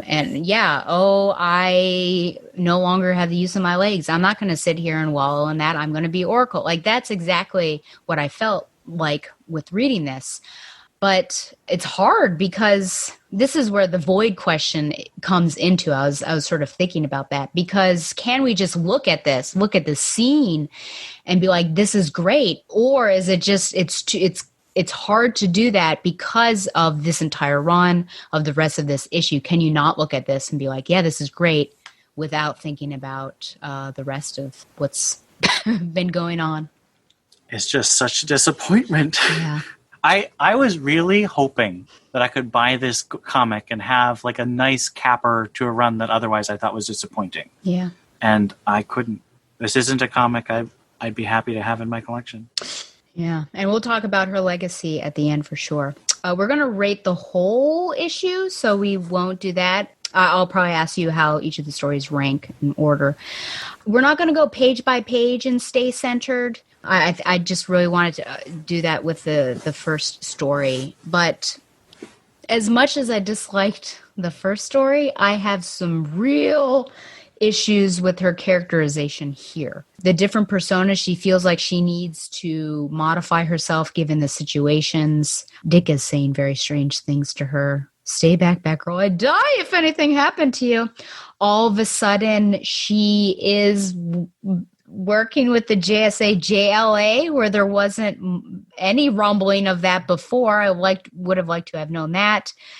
Why would anyone confuse her with Hawk Girl? I found that offensive. The Supergirl situation was almost comical, but it's still offensive, because I was thinking back to Crisis on Infinite Earths, because Marsh Manhunter's like, oh, we got this, Batgirl, Supergirl's with us.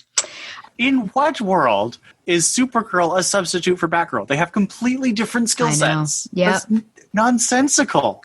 I couldn't tell you. Man-Bat appears in the picture. Is he running around the Bat universe? Yeah, he's actually sort of an anti-hero with Justice League Dark. Oh, good to know. It did flash back to the Bronze Age for me, so I enjoyed that. But yeah, this whole, oh my gosh, and the fact she's bemoaning the fact she doesn't have a rogues gallery. And I was thinking to myself, who are you? Yes, you do have a rogues gallery. Yeah. Oh my goodness, I was so offended by that. She has so many rogues. Yeah, but now she's got the COVID Avenger, so she... yeah, that's a stellar addition to her rogues I don't know if that's her name, but it looks like a COVID sort of thing. So but Vi Ross, that's such a... Well, is there something I should know about this particular person? No, I mean, they're created for this thing, but Vi Ross is a pun. Like, it's just a lazy pun for virus. Yeah. So I don't even know. This is what I was like, blink and you miss it. All of a sudden, she's looking at this poll worker, and she gathers from that one panel that this poll worker is obviously the COVID Avenger. And I got very confused. Like, how did she come up with all that she's the person? Because the writer told her. Okay. That sounds good to me. It's like in the Muppets movie. We read the script. Oh, gosh. Alejo, this is what I was talking about. Alejo voted to close a free clinic. That confused me, because that doesn't sound like her platform. No. Like, again, it's these stupid false conflicts where there's the right choice and the wrong choice. And if a character is lost their way, they choose the wrong choice. And it's inexplicable because all right-thinking people think it's just shallow political writing. Yeah. I will say, this story had a close to Burnside feel to it, like, oh, an original character, it's grounded, but that's about it. That is about it. Her being pulled in different directions, feeling that, she doesn't have one stable identity, having all these teams vying for her out of nowhere was really interesting, and then deciding, she's going to basically say, you know what, I've got to do my own thing, and also leave them in the lurch, which is pretty bad, even though she's going to tell her own story just to get her own rogue, was pretty bad. So the positive thing from this story is I thought it was clever that Cecil Castellucci extrapolated that one panel from I thought that was clever, and the art is beautiful. But other than that, I did not like this story at all, I think. I agree. The way they character assassinated Babs to be so... I mean, she's just... It's like one of those rom-coms where it's like, oh, my boss is so mean to me. But Babs doesn't work for these people. And Martian Manhunter would not be so stupid as to say, oh, yes, we have Supergirl. We don't need Batgirl. That's assassination of Martian Manhunter's character. He is a Justice League member who cares about justice. He wouldn't do that. Yeah. He'd be like the more the merrier. Yeah, you don't build a character up by tearing other characters down. And that's really my biggest complaint about this issue as a whole. In the first story, too, is she built Babs up by tearing Jim Gordon and Batman and Nightwing and Tim Drake down. That's not good writing. Yeah. Boy. Okay. I think that's all I have on that second story. Ooh. Anything from you on this second story? No, I mean, I think Marguerite Savage drew a really, really pretty Batgirl, just like Emanuela Lupacchino did. But everyone was so dumb, and I don't think these characters should be dumb. So we have our final story, Game Night, of course, which at first I had horrible flashbacks to the dragon story you said, and I thought, what is this? But I will overall say that this was cute and inventive. It was also nice to see I'll say the girls, just as like a camaraderie thing, all the girls together again. Overall, I have only positive things to say. I think it wasn't like necessarily the most exciting thing. And I do wonder, really, does it make sense for Stephanie, for instance, to sing a song to distract someone? I mean, they are thinking outside of the box, but it was creative. At least I'm trying to find the positive here. I just have a really nerdy criticism here. Babs, please. Babs, not so. If you roll a 15, that's a 75% roll. If you can't hit with a 15, that means your DM has set the difficulty chance way too high. The only person who hits is someone who rolls a 20, which is a 1 in 20 chance. It is ridiculous that you have a 1 in 20 chance of beating what seems like a fairly standard monster. Now, Babs says it's tough. This is not a boss fight. They clearly are just starting, so you don't throw them at a boss to start with, and you don't set the DC so only someone who rolls perfectly can beat it. It's so... I know that's incredibly nerdy, but... You helped me learn something. Man. Well, I mean, besides some of the things that, hey, may not make sense, what do you think overall of this particular story? I mean, this is the least offensive of the stories, but it's still, like, they have Cass saying, I want to kill the monster. Cass would never say she wants to kill anything. But, like, Cass has an entire issue of her series called No One Dies Tonight. Oh, she sure does. That's a whole issue. It's very iconic. She would not, even in a game, say, let's kill the monster. That's not Cass's character. So I thought that was a frustrating lack of understanding of Cass's, like a very fundamental part of Cass's character. Now, I agree with you of the 2001 Cassandra. But doesn't Orphan, would you say that there's a difference? Yes. I think it's this. So her big thing in Detective Comics was feeling like she's a villain because she killed Harper's mother. And Harper. I miss her. I mean, she's coming back next week in the Punchline one-shot. Okay. Not as Bluebird, though. I think she's just Harper still. But Cassandra Cain just has such a value for life. And Tynan really knows that. He really highlighted that she strove to be a hero, that she didn't give in, and that the bat meant so much to her that when Batwoman killed Clayface in Detective Comics, she tore the bat off of Batwoman because the bat means no killing. The bat means being a hero and being better. And so I think that is still really important to her in the current continuity. I will say, just as someone who is interested, that's like the wrong term, but who has a passion for fighting against human trafficking. It was a really weird phrasing, this one bubble. It says, inside there are a bunch of kids, looks like they're trafficking. So just to be more specific with the pronouns they use, maybe they're being trafficked, or maybe the men in there are trafficking the kids, just like, because not many people know what human trafficking is. Hey, newsflash people, slavery still exists, and that's what human trafficking is. So that's just like a little nitpick from someone who cares about that. But, honestly, to see these girls together again, I really liked it. It's not like an amazing story, but just the fact that they were together and it was fun and uplifting, I thought was a positive aspect to it. And then they come home and they hang out, which is great. But all of a sudden, even though she was Oracle, she decided to put on her Batgirl outfit, which was bizarre. And then she's back to normal here. Well, I guess all of them are. Okay. Anything else on this final story? I was a little disappointed that Steph Cass had a whole story about them putting the bat on their costumes, and then it's not on here. So I thought that was a little disappointing. Possibly this issue was, penciled before that decision was made, because that was made fairly late in the editorial process. Mm-hmm. But it is disappointing. Look at that. Oh, Gotham love story, shipperific. I'll have to look that up. That looks like kind of a fun story. I know. I have no idea what it's about, but can her love thaw his frozen heart? That sounds amazing. Okay, well, sir, got some wrap-up questions on this. We'll rate it, and then we'll speed towards the end of this episode. Issue 50, it's in the books. Batgirl, it's over with. I don't know for how long. What legacy does Batgirl... Oh, wow.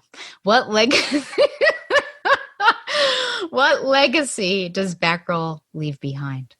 I think she leaves a legacy of reactiveness and incompetence for the last least year.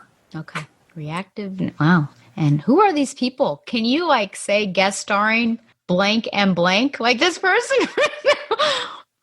Okay. We're going to It is my housemates. Okay. Well, did they know that you're going to be doing this? They did, but unfortunately I'm in a high traffic area. That's okay. Did they know that they were going to be on the YouTube?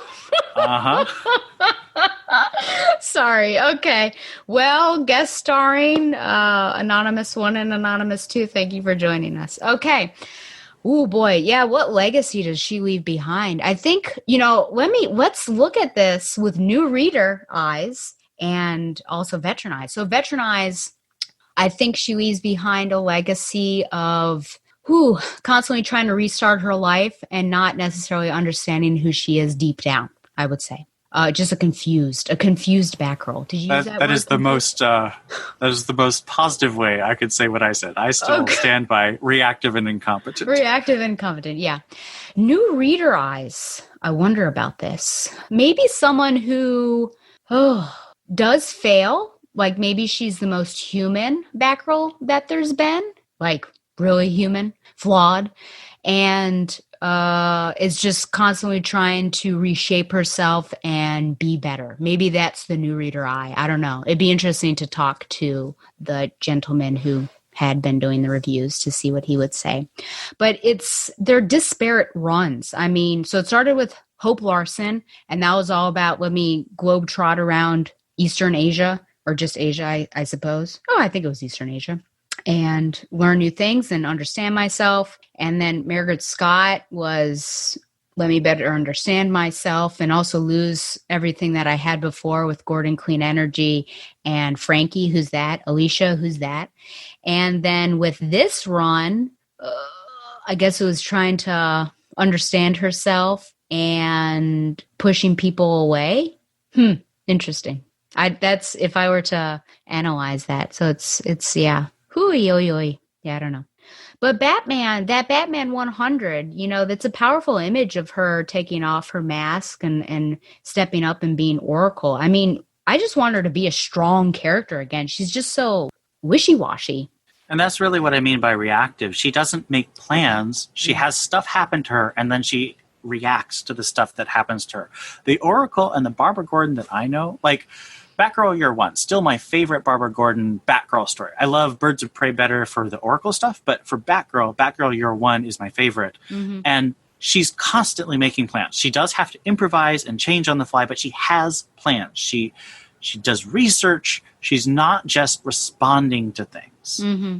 And that's what I love about a mature hero like Barbara. And that was her first story. Like, she came in with so much intellect and so much to prove. And I think she did prove herself. And I think this whole 50-issue run is her unproving herself. Yeah. Yeah. I did ask the question, what would people find in reading this in the future when they find it in the quarter bin? Well, it's definitely going to be in the quarter bin, except for the Middleton variant covers. Those will probably still go. Yeah. I think, I don't know. Because I go back and I read like the Chuck Dixon Robin comics, which is a similar type of story where it's a lot of, villains of the week fighting some gangsters, and it's not like super serious stakes. But those tend to be much more consistently fun because Tim was written to be likable but flawed, whereas Babs is supposed to be likable but flawed, but she's just not very likable in most of these, especially the last year of stories. Yeah. I mean, there are people that are intentionally jerks, like Guy Gardner or Damian Wayne. And to have, my beloved Barbara Gordon act the way that she did in this particular issue just blows my mind and breaks my heart. I don't know if it's worth 25 cents. It would be interesting. I wonder, you went through the Stephanie, and the nice thing about doing that is that there's this consistency because you could read it. Were you reading it one a week? Is that how you did it? Yeah, I read one a week for 34 weeks. Okay. Because I had some extra issues in there. Oh, gotcha. So that's nice just because you're not having that month wait. Like if I were to start back and read from Hope Larson to the end, every week maybe or every day as you're doing currently with Hawkman, I just feel like my mind would be boggled. Like there's not really a consistency. You could have been a new reader for each run, each author, and I think you would have been fine because it was just like everyone's starting over. It was like a number 0 every time. My final question, what do you think, how does it compare with other runs? I think we can skip that. We both know what that is. But actually, I want to ask you because Carolyn and I both agree that I think this is probably the worst Barbara Gordon that we have read. How would you rank this particular run? I'm talking about the Castellucci, unfortunately. But I would tend to agree. I think that it has... I think it is fair to say that there were editorial dictates. Like Oracle being a villain was an editorial dictate, and Joker being in it was an editorial dictate. Mm-hmm. But I still look at the dialogue she gave Babs, and it's very low quality craftsmanship. Yeah, I do not think that this is something that certainly long-time Barbara fans will look back at with pleasure. I have had conversations, like our reviewer for Batman Universe, he does like it. We have another person on the Discord who likes it. I moderate the Batgirl subreddit, and we have a couple people who are really sad that this run is ending. They really are enjoying it. So I know there are people out there who will look on this fondly, and that means there will be people who pick it up and have a good experience. Mm-hmm. I don't think if you cut your teeth on Oracle that you'll have the same experience. I just think that this isn't going to give you that pleasure of recognizing Barbara Gordon. Yeah. Do you feel like we've been too harsh on it? No. Or hard on it? Okay. I really... I wondered if we were biased. Like I was very biased. Yeah. I was very biased against the run because it started with Oracle as a villain. And I am offended by that because it is taking a disabled hero who was so inspiring. She took, one of the greatest traumas, apart from being killed, of course, and just made it a symbol of hope.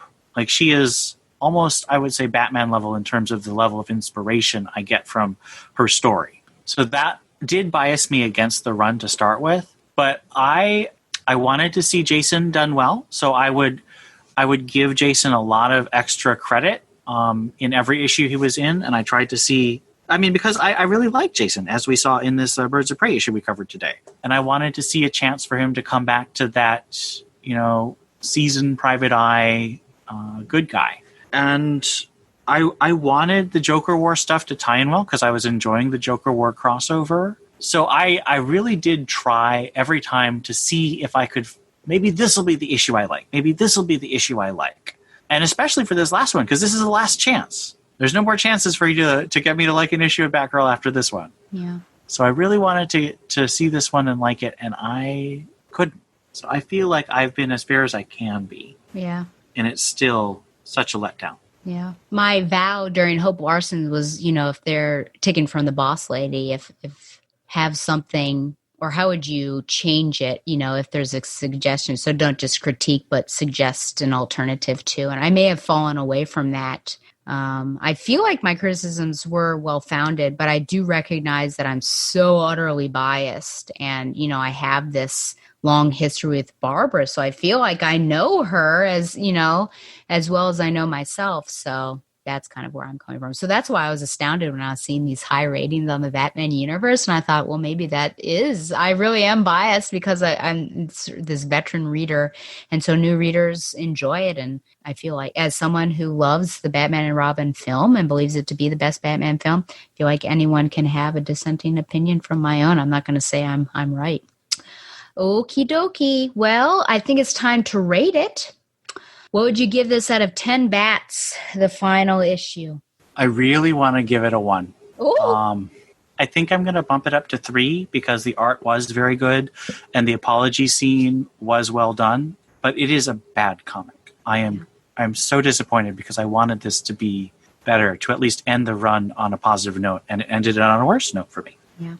Yeah, the art, the cover, the glimmers of hope that I saw of actual true, the vignette, and then that short soliloquy, I guess, that she had on the final page of that first story, and then having all the girls together and hanging out. Those are the positive moments. So I would agree and give it a 3 out of 10 bats. Well, that's it. So hopefully my heart can recover. As I mentioned before, I might look at Batman once that returns. Maybe I can double up on some things until that happens. But hopefully joy will return into my life and I won't be stressed out as much. I won't be drinking this chemical toxin in my body. Okay, so we are now winding down. It's funny because when I sent this invitation, I put 4 hours because I thought, well, we're doing 5 Birds of Prey. We're going to go page by page of the thing. And actually, that was a good guess. So let's see here. We are at the... What? Oh, yeah. Remember Chris's cornucopia of curiosities. Chris is on sabbatical, so that's why we're not having it. Oh, and also, sorry, go to thebatmanuniverse.net and read Donovan's review. I don't know what it says, but I think it's probably similar. And then it was very thoughtful. I highly recommend the review. I mean, Donovan's always a thoughtful dude, but he, I don't know why you're shaking your head. He's great. But I think he really pointed out, and I think it's good because, as I said, I'm a man of the right, so my political perspective is going to be very different from his. So check that out for a different look at it that I think still makes very valid criticisms. Okay. And then I know that Carolyn Coco was on another show called Talking Comics, and she talks about it. I have yet to listen. I did tell her I'm not going to listen until I talk about it on Thursday. So there's another. But again, those are 2 opinions that are going to be the same. We might point out different things, but I'm not You sure. should link that in the show notes. Oh, yeah, I Carolyn's could. Yeah. podcast. Go over there. Yeah. Okie dokie. Now, here we go. So first up, we've got our What Are You Wearing segment where Stella basically tells people to put on a particular item of clothing and they listen to me. So, Ian, what are you wearing? Oh! So I'm wearing my Batman Universe TV t-shirt. And I actually, for our literature recommendations segment, I'm going to put on a different t-shirt. Oh, my. Okay. Which is my Jane Austen t-shirt. Oh, there it is. So the quote is for can you hold it up again? Yeah. So this is for listeners. The person, be a gentleman or lady, who has not pleasure in a good novel must be intolerably stupid. Jane Austen. And just for this show, this particular episode, I wore the Bombshells version of Black Canary that I got from Comic-Con, so I had to go with that. She's singing and everything, but now she has her voice back, so that works out. Okay, awesome. And finally, our literature recommendations. Do you have any things that you would, be it comic or book, that you would like to recommend? Yeah, so... Other than the stuff from the mac and cheese stuff, which I all recommend that, I'm also rereading Mansfield Park by Jane Austen. Okay. That's one of Austen's darker novels, and a lot of people don't enjoy it as much. But I'm part of a Jane Austen community on the social media platform Quora, and someone pointed out a really great observation. Most of Jane Austen's novels are romance novels, in that their central action hinges around the main hero and the main heroine coming to a romantic conclusion together. And there is a romantic conclusion to Mansfield Park, but it is not on screen. The entire story of Mansfield Park is about a moral resistance to corrupted people by the heroine. She stands against moral corruption, and from a place of great oppression. She has no money, she has no dowry. If she offends the people she stands up against too much, she could end up being almost literally penniless, and she stands up to them when it matters the most. And so it's a novel of moral heroism rather than a romance novel, and I think that's why a lot of people have difficulty with it. Gotcha. Do you know, have I ever told you what my favorite Jane Austen is? I can't remember if you mentioned it when we did our Emma segment. It's not one that people, I think, would readily pick. Northanger Abbey? It is Northanger Abbey. Aha! I do love that one, but I love my Gothic romances. I mean, they're all great. I love all 6 of them, and also Lady Susan and the other stuff, but I love all 6 of them so much. Yeah. I made Tom read it, and he's like, what is this pump room that they keep going to? Poor Tom. Okay, so of course I always have a list. I now have unfortunately exhausted all the libraries that I can get physical copies of the books for the Rory Gilmore. One I have left for digital, which is Uncle Tom's Cabin, which I've been like pushing off. So I don't know what I'm going to do. I think I have 7 left on my Rory Gilmores, but it won't happen by 2020. So here we go. Selected Letters from 1913 and 1965 by Dawn Powell. So it's all about her letters. So if you're a fan of Dawn Powell, there you go. That was on the list. Where the Line Bleeds by Jesmyn Ward, about 2, I think they were twins growing up in New Orleans and just the differing paths that their lives lead. I didn't like that one as much as another Jesmyn Ward that I just read. The Portable Nietzsche, which... boy, was that interesting. And there were excerpts from all of his writings, but you kind of have to have your head on straight for that one. Salvage the Bones by Jesmyn Ward, I do recommend. And it's about a family in the days leading up to Hurricane Katrina. They know a hurricane is coming, but they don't know that it's going to be as big as it is. And then the aftermath of that as well. So I recommend that one. Oh boy, this lady again. Kristen Hanna, The Great Alone. It takes place after Vietnam.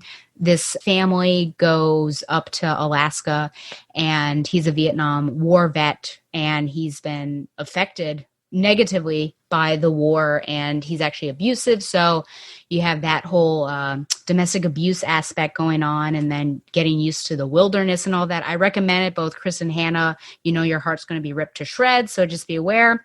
Such a Fun Age by Kylie Reed, which is one of those Reese Witherspoon recommended books, but everyone's enjoying it. I recommend that. And then I finished today Midnight Sun by Stephanie Meyer, which I do recommend, but only if you're a fan of the Twilight. Oh, I'm kind of jealous because I'm still like 100 people behind on that at the library. Yeah. I didn't even know it was coming out, so that's why I'm so far behind. So I put it on hold maybe like September 9th or something, and I just got it in last week. So I have a curious question for you. Sure. Did you read the Life and Death where Bella was a boy and Edward was a girl? I did actually. Recently. I actually found that really fascinating. Yes. Yeah, the gender swapping, all of them except for, Renee and Charlie. And then she also switched up the ending, but she doesn't tell anyone. So she has a different ending.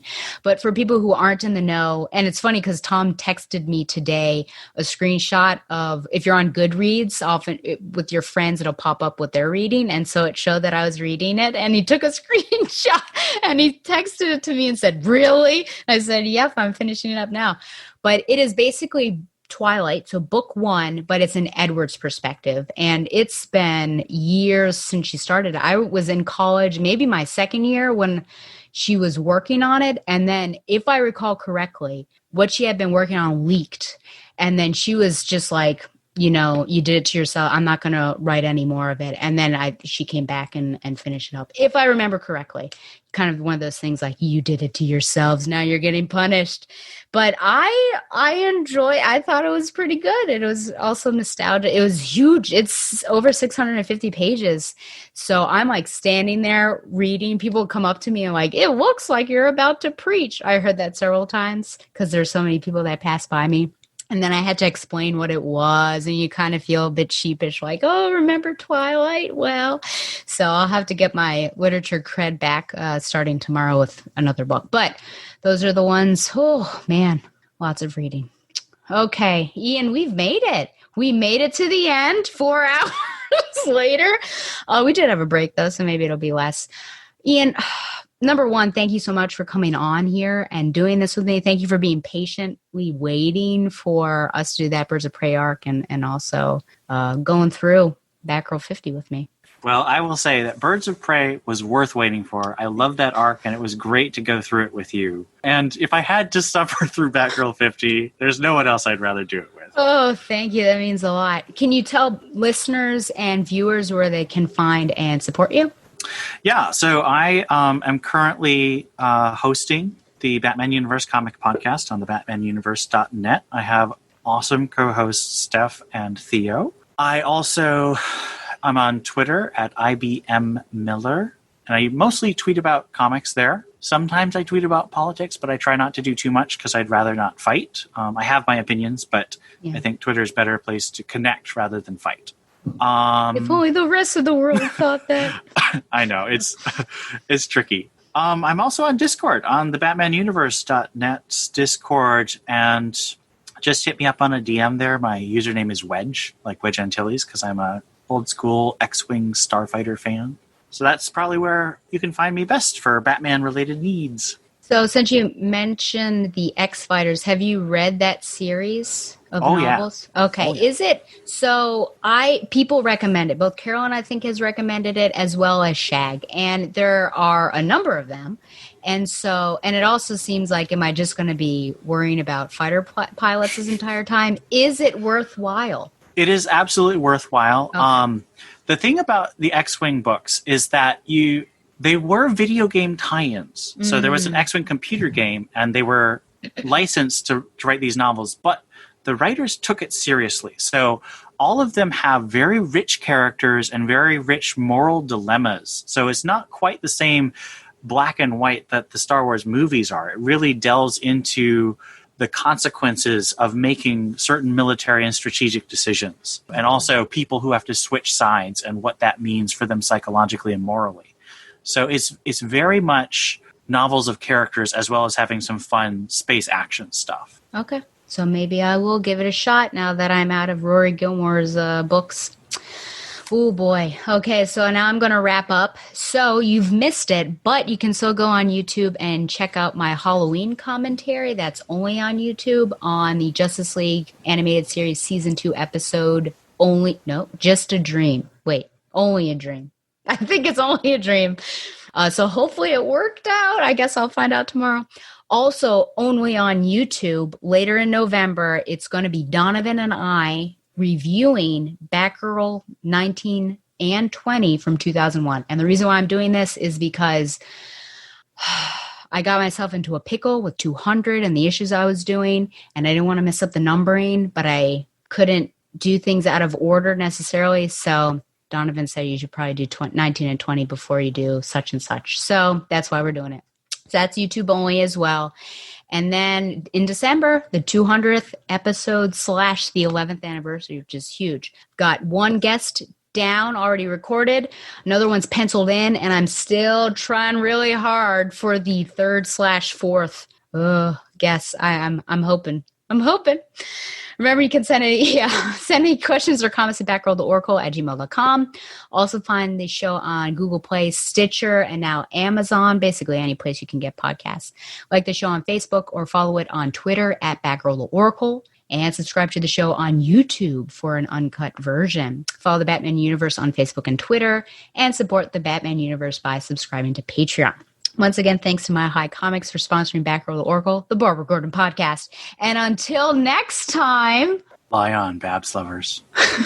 Just plain Barbara Gordon, masquerading for a lark as she rides into the night on her special Batgirl cycle. Who knows? Is the dynamic duo destined to become the triumphant trio? Only time will tell us more about this dazzling daredoll. I love a happy ending, don't you?